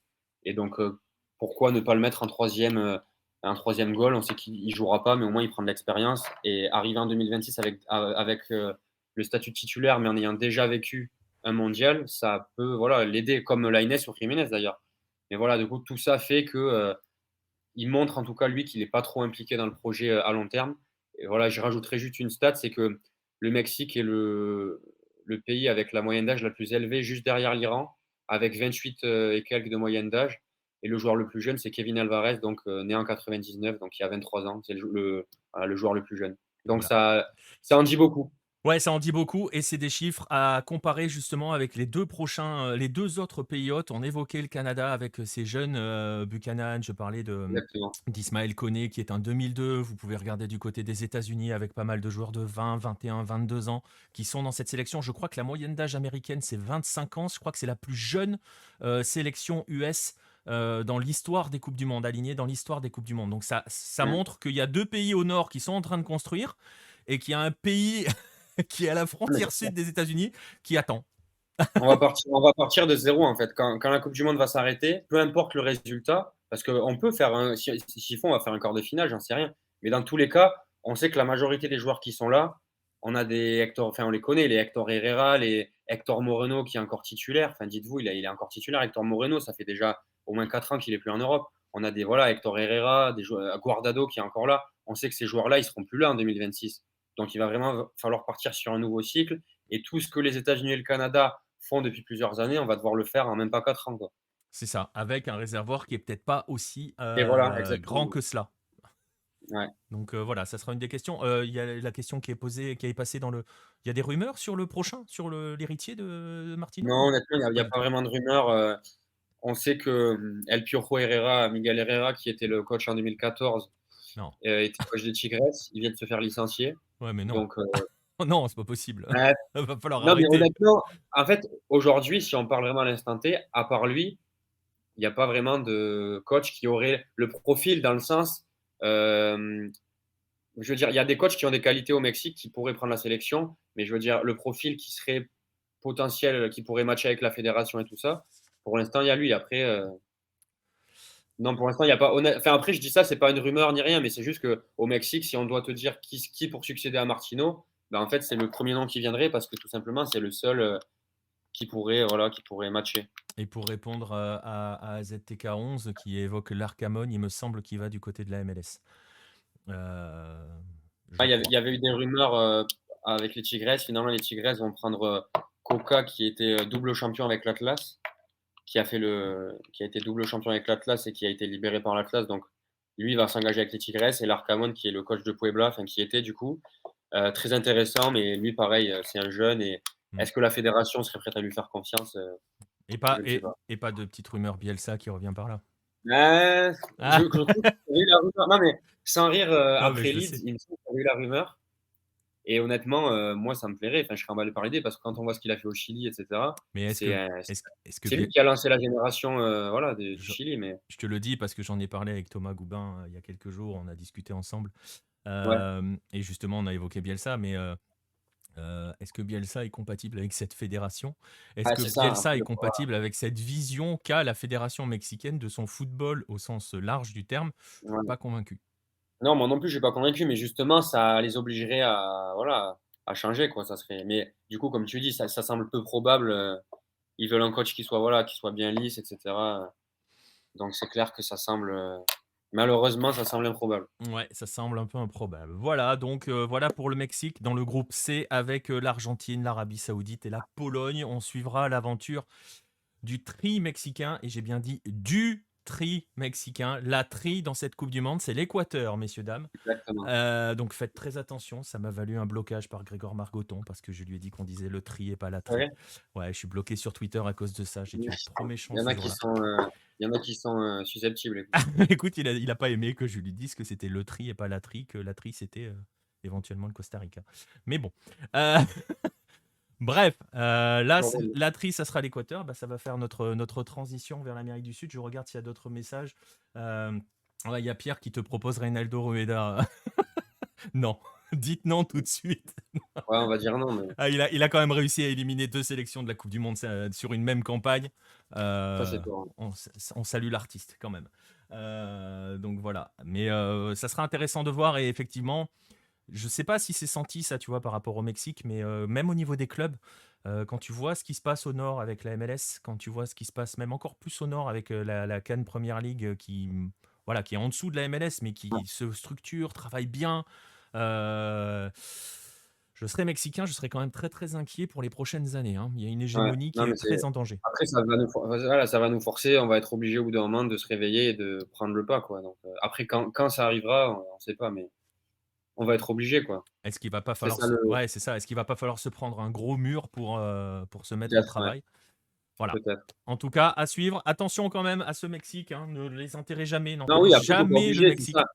On a une culture Coupe du Monde qui est tellement forte, etc., que moi, honnêtement, si on me demande, moi, je pense qu'on va passer les poules. Mais après, c'est sûr que je suis moins confiant que les autres années. Mais moi, je pense toujours qu'on va passer les poules parce qu'il y a cette culture Coupe du Monde, etc. Donc voilà. On est d'accord et c'est Pas assez non plus, et c'est important cet ADN-là. On l'utilise souvent sur les compétitions continentales. On parle d'ADN continental pour certains clubs qui, même quand ils sont pas bien, sont dangereux. c'est ça. Bah, nous, Et, c'est un peu ça avec la et- Coupe du Monde, c'est vrai. exactement. Donc attention quand même. Et vraiment ce groupe.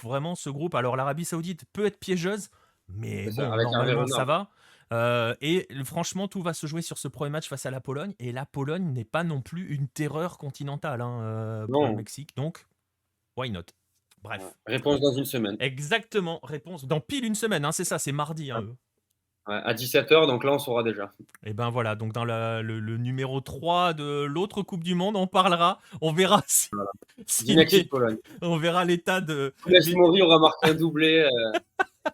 donc, Le ouais, duel Funes ah, écoute, Mori-Lewandowski. peut-être le duel Funes Mori Lewandowski, si un jour on m'avait dit que je verrais Incroyable. ça en Coupe du Monde, waouh. Ah, voilà. On va le voir là. Plus qu'une semaine. Et pourtant Funes Mori, ça fait des années, hein. On l'a vécu à River il y a plus de 10 ans. Bref, voilà, réponse donc dans une semaine. Dans une semaine donc, et on verra dans quel état seront nos Mexicains dans dans l'émission post-match. On verra ce qu'il reste de nos Mexicains à ce moment-là. On va aller vers le sud, on va aller vers le sud, vers l'Amérique du Sud. On va on va aller voir les favoris, hein, faut dire les choses, ou les prochains vainqueurs. Je ne vous choisis pas mon camp, vous l'avez compris quel était mon camp, mais je sais que la personne qui va parler est de l'autre camp. Là, pour le coup, il y a blanc et noir qui vont s'affronter. On va quand même glisser un mot sur l'Équateur. Vous voyez le groupe, l'Équateur qui est le match d'ouverture face au Qatar. Équateur, très attention à cette sélection. On l'a déjà dit, si vous êtes des habitués de Hello, vous connaissez cette équipe.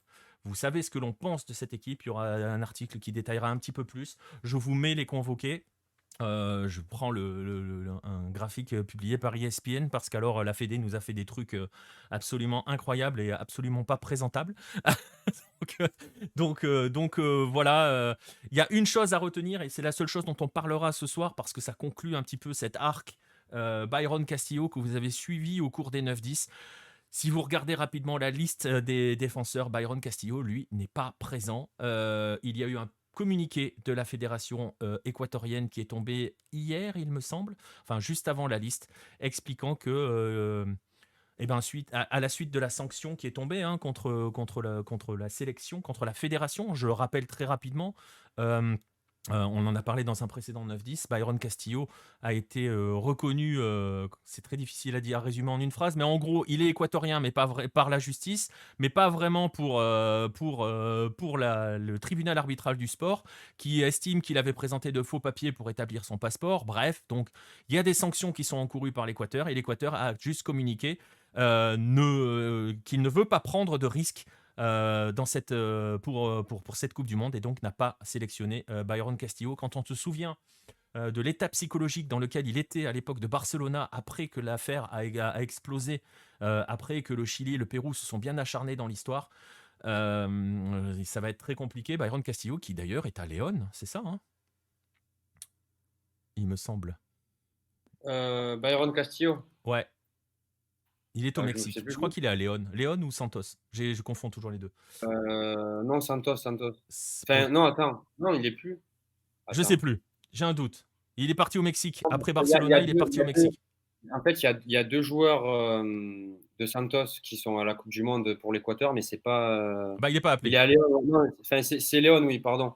C'est parce qu'en fait, Santos, il y a deux Équatoriens qui sont à la Coupe du Monde, mais c'est Félix Torres et Ayrton Preciado. Donc, Voilà, deux joueurs, Félix Torres qui devrait être probable, peut-être titulaire parce qu'il y a quand même du monde. Vous voyez cette équipe. Alors je vois que dans le chat ça réagit sur l'Équateur et sur la présence d'Alexander Dominguez dans les buts. Il est revenu à la LDU uniquement pour ça, hein, pour récupérer sa place en sélection parce qu'il y a un souci de gardien entre guillemets.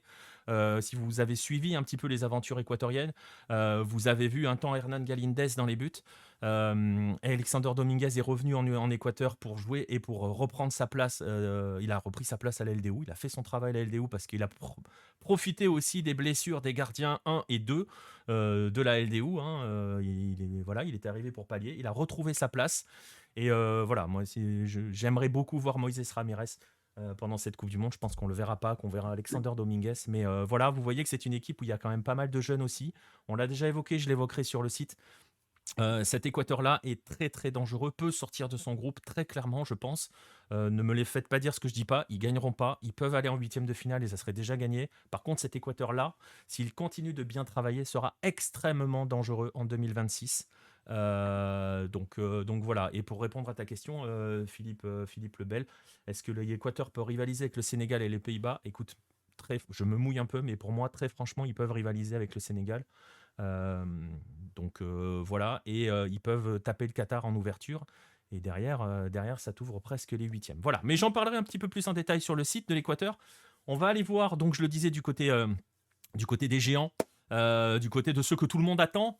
Et on va aller du côté de Rio. On va écouter, on va aller voir Marcelin pour parler du Brésil, forcément. Ce Brésil, je vais vous afficher la liste des convoqués. Marcelin, absolument aucune surprise, hein, sur la sélection de Titch. Si, il y en a peut-être une, mais je te laisse, je verrai avec toi après. Non, oui, pas de vraie surprise, même si l'absence la plus remarquée, c'était celle de Firmino. Mais après, il y a beaucoup de monde offensivement. Ouais. Et sur les derniers matchs, bon, Rafinha a l'avantage, Anthony et Rodrigo ont été intéressants aussi, donc on pouvait s'y attendre. On Et pouvait puis s'attendre à après, Pedro aussi. Par exemple, on s'attendait à Pedro à Pedro. devant. Bélier, Pedro? Oui, on s'attendait à ce qu'il se... Ah, Enfin, tu vois ce que je veux dire? ah oui, ok, Sa d'accord. Ok, ouais. présence n'est pas une surprise. Oui, ouais. Et au niveau de présence, ouais, celle qui a beaucoup fait parler, c'est Dani Alves. Voilà. Et puis après, la surprise, du coup, c'est Martinelli, si on veut une surprise parmi les présents. Ouais, voilà. Bah, justement, je voulais un petit peu rebondir sur la présence de Dani Alves. Je disais, il n'y a pas vraiment de grande surprise. Bon, il va quand même chercher Dani Alves et Axel, qui est juste en dessous de moi à l'écran, peut parler de ce qu'il a fait au Pumas. Enfin, heureusement que Diego est pas là, parce que sinon je pense qu'il aurait insulté 2-3 mères. Mais bon, Dani Alves n'a pas été ultra convaincant du côté des Pumas non plus. Comment ça s'explique la présence de Dani Alves, Marcelin? Bah, je pense que Titch l'a pris pour ses capacités de leader. C'est vrai qu'il s'entend aussi très bien avec Neymar, donc ça a pu compter un petit peu. Et puis après, c'est aussi la faiblesse du poste de latéral droit au Brésil depuis plusieurs années maintenant, puisqu'au Brésil, il y en a qui demandaient la section de Rodinei. Donc, même si je l'aime beaucoup, c'est limité aussi pour une Coupe du Monde. Et c'est vrai que derrière, il y avait pas trop d'autres candidats. Donc, je pense que c'est aussi pour ça qu'il l'a pris, ouais, pour ses capacités de leader, en sachant qu'il ne devrait pas beaucoup jouer normalement. On sait jamais. Attention avec Dani Alves, on sait jamais. C'est aussi possible, ouais, de le voir, même si bon, Danilo le titulaire. Et Ouais. puis sur le dernier match, Titch a essayé aussi Eder Militao en tant que latéral droit, et ça avait plutôt bien fonctionné. Donc normalement, on ne verra pas trop. Et justement, du côté du Brésil, alors là, je vais pas te demander si on se voit en huitième de finale parce que ça me paraît d'une évidence absolue. Il y a que, on parle de l'Hexa forcément. On parle que de ça là-bas. Oui, le débat, c'est de savoir où ils vont placer la sixième étoile sur le logo. Ah ouais, on en est là. Mais oui, j'ai vu des dessins. Est-ce qu'on met 3 étoiles et 3 étoiles? Est-ce qu'on met la première, enfin une étoile tout en haut ou on met les 6 alignés? C'est la question. Mais oui, forcément, les gens sont assez confiants vu la forme qu'il y a eu pendant les éliminatoires. C'est vrai qu'il y a eu 14 victoires et 3 nuls, aucune défaite. Et puis aussi, oui, quand on voit le groupe des 26, on se dit que surtout au milieu et en attaque, le Brésil est assez bien servi. Et justement, par rapport à ce groupe-là, donc tu le vois, tu nous le dis, tout le monde est assez confiant. Tout le monde est assez confiant. Et c'est un point qui est soulevé un petit peu par Nostromo dans le chat et sur lequel je voulais aller. Et c'est quelque chose qui a été un petit peu mis en évidence quand même par l'Argentine en finale de la Copa América. C'est-à-dire que ce Brésil, quand il n'a pas le ballon, il est quand même souvent en danger. Il est capable d'être en danger. Est-ce qu'on a pointé du côté de la presse ou des suiveurs du football brésilien ce potentiel point faible que pourrait être la défense? Tu parlais du problème du latéral droit, mais de manière générale, alors ça paraît un peu bizarre de dire ça quand on voit la campagne d'éliminatoire où on voit que le Brésil est le meilleur défense, ils n'ont quasiment pas pris de but, j'ai plus le chiffre en tête, mais c'est terrible. Euh, Est-ce qu'on pointe un petit peu cet élément-là? Parce que finalement, le dernier gros match qu'ils ont véritablement joué, c'est cette finale de Copa América, et ils l'ont pas maîtrisé. Au Brésil, on n'en parle pas vraiment. Parce que oui, la défense a été quand même satisfaisante sur les éliminatoires. Donc il y a Thiago Silva et Marquinhos dans l'axe, qui sont souvent très solides avec le Brésil. Donc c'est pas un motif d'inquiétude. Alexandro à gauche, c'est aussi un peu limité, mais comme c'est pas la force du Brésil de Tite, c'est pas un point d'inquiétude, je trouve, ici au Brésil, même si effectivement lors de la Coupe du Monde, ça peut devenir le cas. Alors il y a Philippe, attends, qu'est-ce que je vois comme message? Je vois le message de Red le Rouge qui nous dit que les meilleures équipes du Brésil n'ont jamais eu de bonne défense. C'est pas tout à fait vrai ça quand même. Hein, on est d'accord, Marcelin. Bah, et puis oui, quand ils ont gagné aussi, c'est quand ils étaient bons en défense, soit de 2002 au 94, ça qui est une grosse base défensive. Après, sur les 3 premières, c'est pas la force, même si bon, celle de 58, par exemple, elle est très forte aussi. Mais oui, sur les 2 dernières, le Brésil s'est appuyé aussi sur une défense, après avec des grands joueurs devant. Mais oui, tu gagnes pas de toute façon une Coupe du Monde avec une défense qui tient pas la route. Ouais, alors tu nous disais tout le monde, le débat pour l'instant c'est de savoir où on va placer la sixième étoile. Ça vous donne le niveau de confiance placé au Brésil. Et parallèlement à tout cela, ou conséquence, ou grâce à cela, est-ce que toi sur place tu sens qu'il y a une fièvre mondialiste qui monte? Alors on l'a déjà dit, hein, mais on était à la Copa América en 2019, on n'avait pas senti la moindre fièvre, hein, mais alors pas du tout. Est-ce que là il y a une petite fièvre mondialiste? On sait que le Brésil n'existe qu'à travers les Coupes du Monde. Ça commence à monter un petit peu au Brésil ou pas encore? Alors aujourd'hui, c'est férié. Du coup, j'ai vu des maillots jaunes dans le métro, mais c'était pour une manifestation pro Bolsonaro encore. Aïe. Et donc, c'est vrai qu'on voit. Enfin, je ressens pas encore la fièvre par rapport. Bon, 2014, j'étais arrivé pour la fin du tournoi, donc là, forcément, c'était en plein Coupe du Monde. Mais même d'habitude, ou les éditions précédentes, ça, même un mois avant, ça commence déjà dans le pays où les rues sont décorées, les drapeaux sont affichés un peu partout sur les immeubles. On sent vraiment que c'est la Coupe du Monde. Pour l'instant, un peu comme partout, j'ai l'impression, on n'a pas vraiment cette impression. Alors que pourtant, c'est la fin de saison au Brésil. Là, le championnat est Ouais, c'est terminé, fini, la ouais. Libertadores aussi. Donc la prochaine étape, c'est la Coupe du Monde. Mais pour l'instant, c'est pas encore lancé. Donc peut-être au cours du tournoi. Alors, il y a une vraie question qui est posée par Romain dans le chat et j'allais te la poser. À quel moment tu vas changer de maillot rouge et noir pour mettre un maillot jaune? C'est déjà fait ou pas? Alors aujourd'hui, j'ai un maillot rouge et noir. C'est une question hyper importante, hein, messieurs, dames. Attention, elle est essentielle. Parce que voilà. J'ai pas la caméra, mais j'ai le maillot quand même. Mais c'est l'anniversaire de Flamengo aujourd'hui. Donc c'est Donc, justifié pour aujourd'hui. même chez Marcelin Chamois, la fièvre mondialiste n'est pas encore arrivée. Et non, bah, je pense que je mettrais les jours de match. J'ai acheté un maillot jaune et vert de Flamengo parce qu'après, bah, j'en parlais. Ce qui sous-entend que tu es Mais passé par la boutique?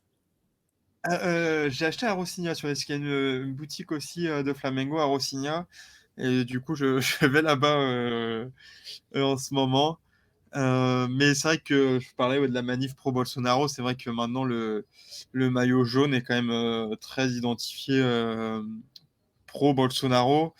Même Lula a dit que le maillot jaune n'était pas politique et que lui, il allait le porter, mais avec le numéro 13, donc c'était le numéro pour voter pour Lula aux élections. Donc on voit que finalement, il dit que même lui, il dit que c'est politique. Et c'est vrai que maintenant, ouais, je le porte moins souvent pour aller dans la rue, parce que c'est vraiment très identifié Bolsonaro. Ah, Et d'ailleurs, j'ai pris aussi le maillot blanc du Brésil, qui est moins identifié. Ah ouais, non, c'est fort ce que tu dis. Ça veut dire que les bolsonaristes ont réussi à s'approprier même l'image du maillot de la sélection.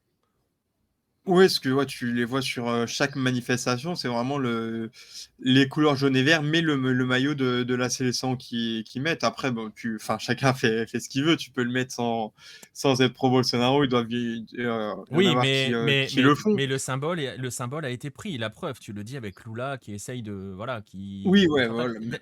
C'est quand même assez fort. Et d'ailleurs, justement, on se souvient, hein, on avait attendu pendant la Copa América qu'il y ait des prises de position des uns et des autres.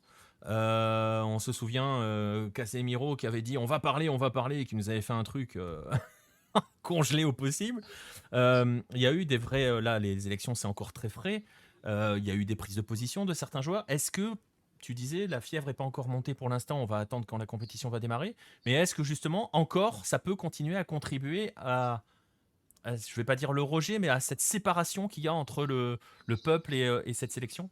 Le clivage, entre guillemets, même au sein du peuple par rapport à la sélection? Euh, Bah, c'est vrai que les prises de position de Neymar, hein, parce que c'est celui qui a fait le soutien le plus évident à Bolsonaro, ont été critiqués par une partie de la population. C'est vrai qu'ici encore, c'est très divisé entre pro-Lula et pro-Bolsonaro. Et donc, je pense que ces prises de position contribuent à l'éloignement d'une partie du peuple envers la sélection, parce que les joueurs finalement sont éloignés du peuple, et donc le peuple s'éloigne de la sélection. Ouais, ça va être intéressant à suivre hein, sous cet angle-là. Je le rappelle, hein, Marcelin est à Rio, donc forcément, il va nous le faire suivre pendant tout cela. Non, non, on va pas parler trop de politique, mais c'est voilà, quand commence à s'approprier des symboles et quand les gens commencent à hésiter à savoir s'ils doivent mettre le maillot, ça dit des choses et c'est assez fort quand même. Surtout dans un pays, je le disais, on nous l'a toujours dit aussi, on l'a toujours vu, qui vit les mondiaux, les coupes du monde comme voilà, c'est le Brésil vit à travers les coupes du monde. Justement, on va parler de la coupe du monde, Marcelin. On va rappeler le groupe, vous le voyez, il est affiché à l'écran depuis tout à l'heure, c'est le groupe G avec la Serbie, la Suisse et le Cameroun. Est-ce que au Brésil, je vais pas dire est-ce qu'on craint ce groupe parce que voilà, hein, on est en train de se demander où on va placer la sixième, mais comment il est abordé ce groupe par les suiveurs et par les médias brésiliens? J'ai un groupe assez homogène au final, et puis avec la sensation un petit peu de connaître les adversaires, même si ça fait longtemps, mais en 2018, il y avait déjà la Serbie et la Suisse. En 2014, il y avait le Cameroun. Donc, on a l'impression un petit peu d'avoir déjà vu ce groupe. Et même si à chaque fois, ça avait été un petit peu compliqué, le Brésil était sorti du groupe relativement tranquillement. Donc, il y a pas trop d'inquiétude ouais, pour le premier tour, même si je pense que ça peut être compliqué, notamment les deux premiers matchs. Ouais, et c'est intéressant hein, parce que tu vois, sur le côté, bon, c'est des groupes, on a l'impression de les avoir déjà vus. C'est marrant parce qu'on partage ce sentiment, nous, en tant que Français. Hein. Quand on a vu le tirage Australie-Danemark, on s'est fait, ok, c'est bon, on est reparti, quoi. Et enfin, moi, je sais que moi, à titre personnel, le Danemark, j'en peux plus hein, de les voir. Hein. J'en peux plus. J'ai rien contre le Danemark, mais je n'en peux plus des France-Danemark. Donc, Danemark, ça fait beaucoup quand ah même. ouais, Ouais, ça il y a fait. une Enfin, équipe c'est vrai que ça sert aussi à ça, les Coupes du Monde. C'est-à-dire que tu joues des Coupes du Monde pour croiser des sélections que tu n'as pas l'habitude de voir ou de croiser, de voir ta sélection confrontée. Et c'est vrai que répéter les mêmes matchs, bah, ça donne aussi, ça peut aussi contribuer à ce qu'il y ait peu d'entrain au final sur cette phase de groupe. Et justement, on va parler de la phase d'après. Est-ce qu'on commence à se projeter déjà au Brésil avec un potentiel Brésil-Uruguay en huitième? En fait, on est tellement pas dans la coupe du monde Ah ouais. encore, pour le moment comme on parle pas de la coupe du monde, on parle pas des 8e de finale à venir et il y a pas, il y a pas encore cette question. Vraiment, c'est sur la fin le possible titre. À la limite, les adversaires que les gens aimeraient rencontrer ou dont on parle comme adversaire possible, c'est Argentine et puis France aussi. Mais non, sur un 8e possible, l'Uruguay, j'ai rien vu pour l'instant. Ah ouais, c'est incroyable hein, à ce point-là. On leur rappelle que ça démarre dans 5 jours, hein, la Coupe du Monde. Ça démarre pour quand ça démarre quand le Brésil pour eux? C'est mercredi? Jeudi? C'est jeudi. Après, pour nuancer quand même, il va y avoir une fanfest sur la plage de Copacabana. Donc, je sais pas, il y avait des places, il fallait les prendre sur Internet. Je sais pas combien il y avait de places, mais c'est parti extrêmement vite et j'ai pas réussi à en avoir, par exemple. Donc, il y a quand même les gens veulent suivre quand même la Coupe du Monde. Ah, c'était la question que j'allais te poser parce que justement, tu évoquais l'Argentine. Nous, on sera en Argentine, toi, tu seras au Brésil. On sait qu'il y a des fans, des fans, oui, des fanfests qui sont prévus un petit peu partout en Argentine. On est déjà en train de se renseigner dessus pour aller dedans. Donc oui, il y en aura quand même à Copacabana côté Brésil. On a quand même prévu de faire quelque chose, quoi. Il y a Copacabana et puis il y en a une aussi à São Paulo.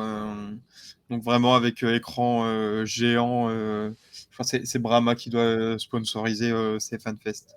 Ok, et ben écoute, en tout cas, on suivra ça avec toi, hein, depuis le Brésil, en espérant que ça bouge un peu quand même. On va y croire quand même, Oui, non? non, mais je pense que faut attendre en fait que ça commence. Une fois il y aura juste déjà le premier match, forcément, tout le pays va basculer en mode Coupe du Monde. Le match d'ouverture pour le Brésil, c'est C'est la Serbie, la Serbie. si Pas je dis pas de forcément le plus bêtises. simple, hein. Non, ouais, je pense que c'est les deux premiers les plus compliqués, parce qu'après c'est la Suisse. Ouais, Serbie jeudi à 16h ici, donc 20h en France, Ouais. et la Suisse lundi à 17h en France. Ok. Ah oui, vous commencez par les deux Européens. Et bien voilà, on en saura très vite plus hein, sur ce Brésil-là qui est fait quand même office, figure parmi les favoris. Je parlais tout à l'heure de la notion de fatigue. Hein, le Brésil qui est l'équipe qui a accumulé le plus de charges de travail sur ces 2 dernières années, selon ce rapport dont je parlais de la FIFPro, juste devant le Portugal. Euh, donc voilà, voilà, tu me disais on n'est pas encore en mode Coupe du Monde, c'est pas quelque chose dont on parle encore beaucoup hein, pour l'instant de l'état de fatigue des joueurs. Est-ce que Titch l'a évoqué ou pas du tout? S'il l'a évoqué, je ne l'ai pas vu.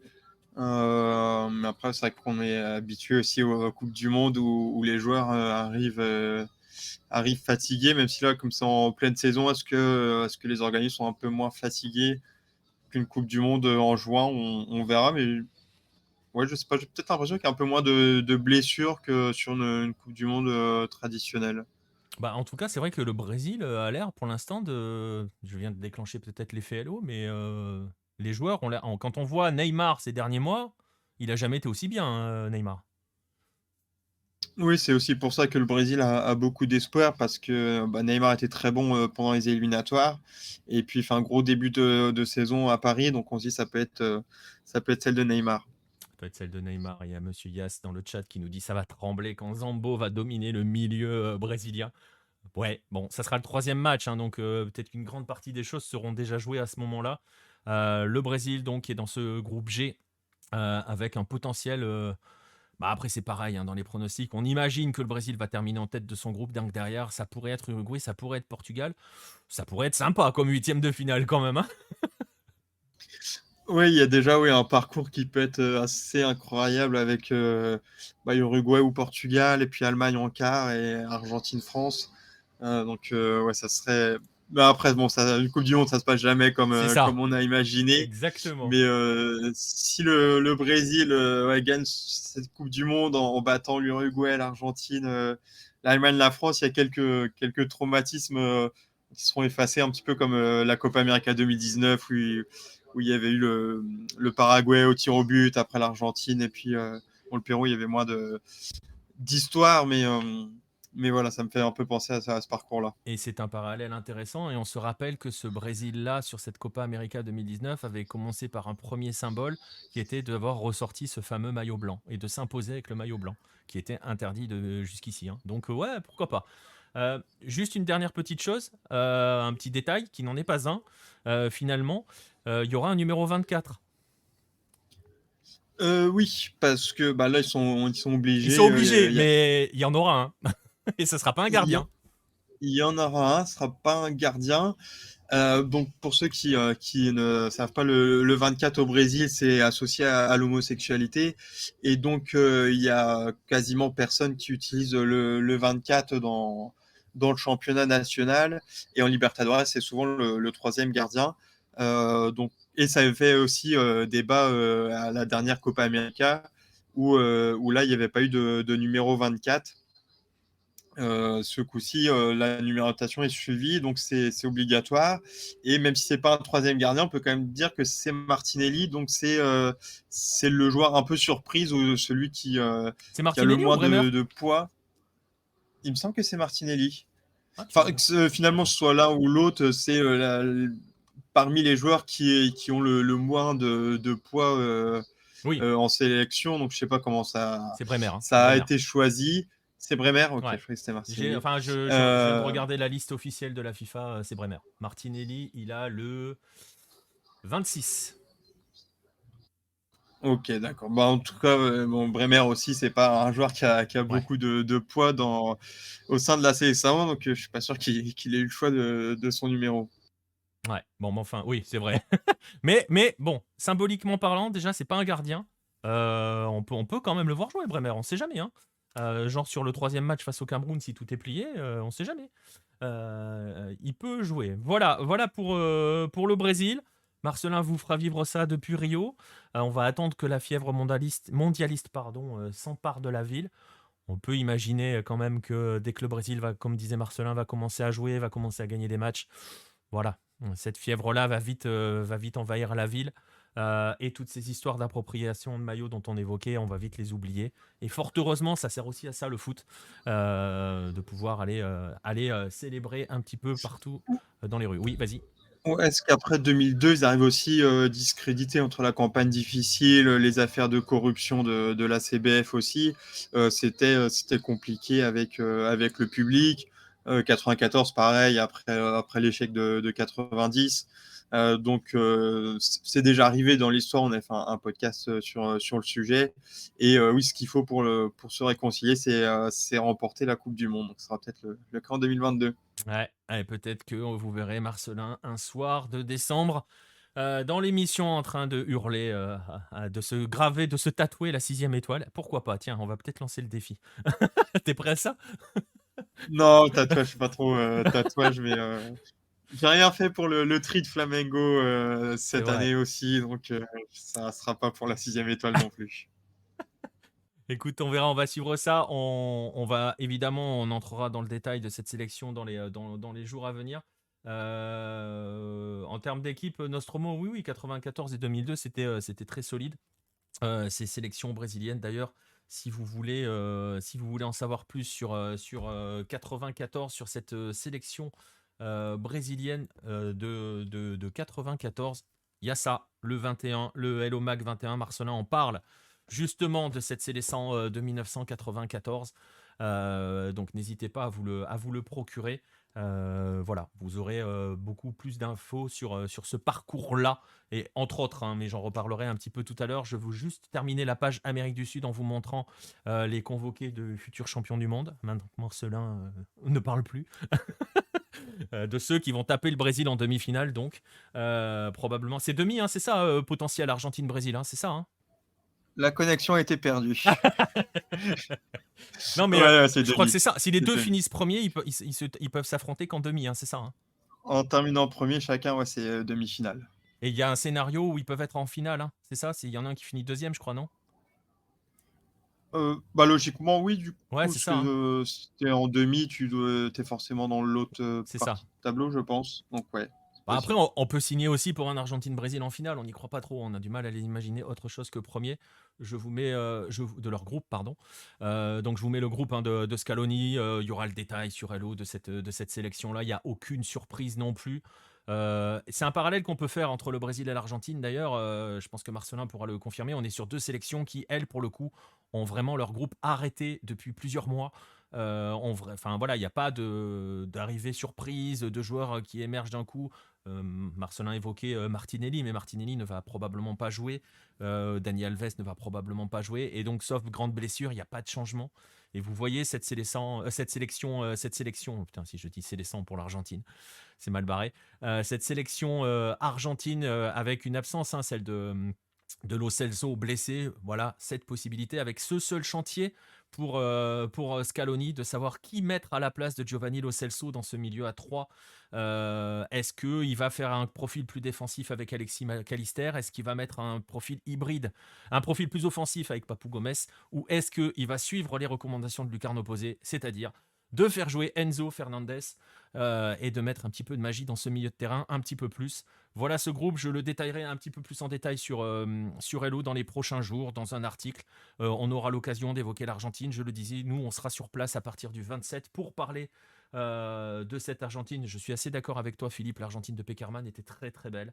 Et puis c'est bien, ça continue d'évoquer les beaux moments du passé de cette sélection. L'Argentine, je vous montre son groupe, même si vous le connaissez, puisque si elle le remporte, elle peut être, ou si elle finit deuxième en fonction d'eux, elle peut être un adversaire de la France en huitième de finale. Et on en a parlé tout à l'heure, elle est dans le groupe du Mexique, de l'Arabie Saoudite et de la Pologne. Elle démarre, si je ne me trompe pas, et vous me corrigerez, je vais peut-être vérifier quand même, ouais, c'est ça.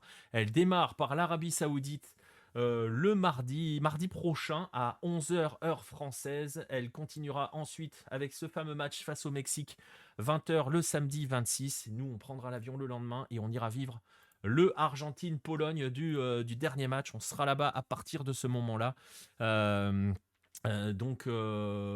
Voilà, oui, c'est ça. Défaite qu'on tire au but contre l'Allemagne avec Klose qui met une boîte à Abondanziri et surtout la sortie de Riquelme. L'erreur de Pekerman d'avoir sorti Riquelme. On verra si l'Argentine se hisse là. Alors, ce qui est intéressant, c'est que cette Argentine-là, je l'évoque rapidement, arrive forcément avec des ambitions. La Scaloneta est invaincue depuis 35 matchs. D'ailleurs, le dernier à avoir battu l'Argentine, on y était, Marcelin. C'est le Brésil au Mineirão. C'est la dernière défaite de l'Argentine, tout simplement. Euh, Elle est invaincue depuis 35 matchs. Il y a cette pression de comment gérer si jamais il y a une défaite, même en phase de groupe, qui pourrait pas être forcément éliminatoire, mais voilà. Et c'est pour beaucoup d'anciens disent que cette Argentine-là, déjà, si elle va dans le dernier carré, elle aura réussi sa Coupe du Monde. Et je l'évoquais à l'instant, je parlais du Hello Mag, du Hello Mag numéro 21, celui qui est spécial Coupe du Monde, le dernier. Justement, je parle de l'Argentine de 86. On a Pedro Troclillo qui était en 86, lui, qui a expliqué, qui était en 90 d'ailleurs, qui explique que si l'Argentine n'est pas championne du monde, on enterre dans ce pays-là, on enterre souvent les, euh, les équipes qui ne gagnent pas. Elles seraient enterrées et oubliées, la Scaloneta. Enfin, elles seraient mal jugées, alors qu'elle a déjà eu de bonnes performances. Et de rappeler quand même qu'en 90, l'Argentine perd la finale de Coupe du Monde, forcément, face à l'Allemagne. Enfin, forcément, tout le monde le sait, face à l'Allemagne, mais est célébrée en tant que quand elle rentre au pays parce qu'elle elle a su emmener le peuple avec elle, ce que fait pour l'instant cette Scaloneta. Marcelin évoquait tout à l'heure qu'il n'y a pas pour l'instant, de grosses effusions du côté du Brésil. L'Argentine est déjà très très chaude, les médias argentins sont déjà sur place. Il y en a qui sont à Abu Dhabi avec la sélection, il y en a d'autres qui sont déjà au Qatar à réaliser des duplex permanents. Donc on est déjà très très chaud en Argentine, on est déjà prêt. Je suis assez d'accord avec Romain dans le chat, hein. Cette équipe paraît très très collective et beaucoup plus équilibrée, me fait beaucoup penser à une Argentine de Bilardo d'ailleurs, et c'est la dernière chose sur laquelle je dirais sur cette Argentine de Scaloni, et après je l'évoquerai dans les articles. Scaloni a déclaré en conférence de presse, et c'était un tacle assez appuyé contre son prédécesseur en Coupe du Monde, Sampaoli, que en Coupe du Monde, celui qui gagne, c'est celui qui défend bien. et qu'il n'est très rare que l'on gagne un mondial avec une équipe qui se rue à l'attaque. Message envoyé à 100 pas, non caché. À voir maintenant ce que fera cette Argentine. Rendez-vous mardi prochain pour l'Argentine. Voilà. On a fait un petit tour de quelques sélections de lucarnes opposées, Asie, Amérique du Nord et Amérique du Sud. On va arriver au terme de cette émission. Je vais vous montrer juste le résultat du vote parce qu'on va se faire plaisir. Et ça sera le dernier donc de l'année, le dernier vainqueur du Golasso Hello. Il se nomme Masato Ichinose. Il est japonais, il est lycéen parce que c'est un match du championnat des lycéens. Voilà cette petite frappe. Ce missile envoyé pleine lucarne est le dernier vainqueur du Golasso Hello. Il n'y aura pas de sélection ce soir puisque, je le disais, c'est le dernier Golasso Hello. L'Uruguay, Philippe, on en parlera sur le site. Jérôme n'était pas là ce soir et je préfère le faire parler lui par écrit ou par oral plutôt que de parler à sa place. L'Uruguay, attention à l'Uruguay, mais voilà, on en parlera sur le site et on en parlera dans les prochaines émissions, et dans l'autre Coupe du Monde auquel Jérôme participera. Voilà, on arrive au terme de cette émission. Je vais vous remercier ceux qui m'ont accompagné ce soir, que ce soit Baptiste, que ce soit Marcelin ou que ce soit Axel pour sa première. On va vous donner rendez-vous donc à partir de dimanche, 22h. Pour finir sur ta question, Philippe, attention à l'Uruguay, ça peut aller loin. Ils sont déjà prêts, hein, ça fait déjà 15 jours qu'ils s'entraînent. Donc voilà, attention à l'Uruguay. Mais on en parlera, Jérôme en parlera beaucoup mieux que moi, que ça soit sur le site ou que ce soit dans l'émission. Je le disais, l'autre Coupe du Monde, ça sera à partir de dimanche. Aux alentours de 22h, on essaiera de prendre l'antenne tous les soirs à partir de 22h, une fois que tous les matchs seront passés, de se mettre en place pour pouvoir parler avec vous. Je le rappelle, en partenariat donc avec The Bet. Merci à tous de nous avoir suivis. Merci du soutien surtout qui nous permet de monter ce type de projet et d'émission, je le disais tout à l'heure. Je rappelle que si vous voulez continuer à nous soutenir, vous avez le mag, je vous l'ai montré, c'est le dernier celui-là, hein, il n'y en aura plus après, c'est le numéro 21.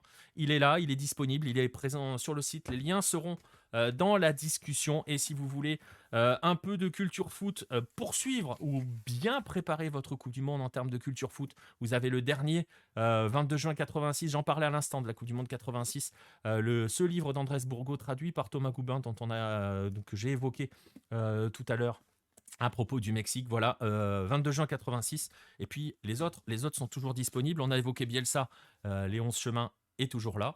Et on était avec Marcelin. Marcelin, il nous a offert une biographie magnifique de Garrincha. Allez la lire. On parle de Coupe du Monde en plus dedans, de Coupe du Monde 62, forcément avec Garrincha et Primera Bola. Et vous comprendrez beaucoup de choses sur la construction du football brésilien. Voilà, merci à vous tous d'avoir été présents sur ce chat. N'hésitez pas à nous suivre sur les différents réseaux sociaux. Vous les avez vus passer au-dessus de ma tête toute la soirée et au-dessus de nos têtes toute la soirée. Venez nous rejoindre sur le Discord. Suivez-nous, que ça soit sur les différentes plateformes sur lesquelles vous nous écoutez, que ça soit sur Twitch, que ça soit sur YouTube, que ça soit sur une plateforme de podcast sur laquelle vous êtes en train d'écouter cette émission en rediffusion. Abonnez-vous si vous pouvez. Et voilà, on va vous donner rendez-vous dimanche. On va vous souhaiter de bien vous reposer, de bien souffler sur cette pause footballistique qui nous attend jusqu'à dimanche, parce qu'il va falloir être très très chaud pour la prochaine, pour cette Coupe du Monde qui démarre dimanche avec Équateur Qatar. Allez, la bise à tous et à dimanche.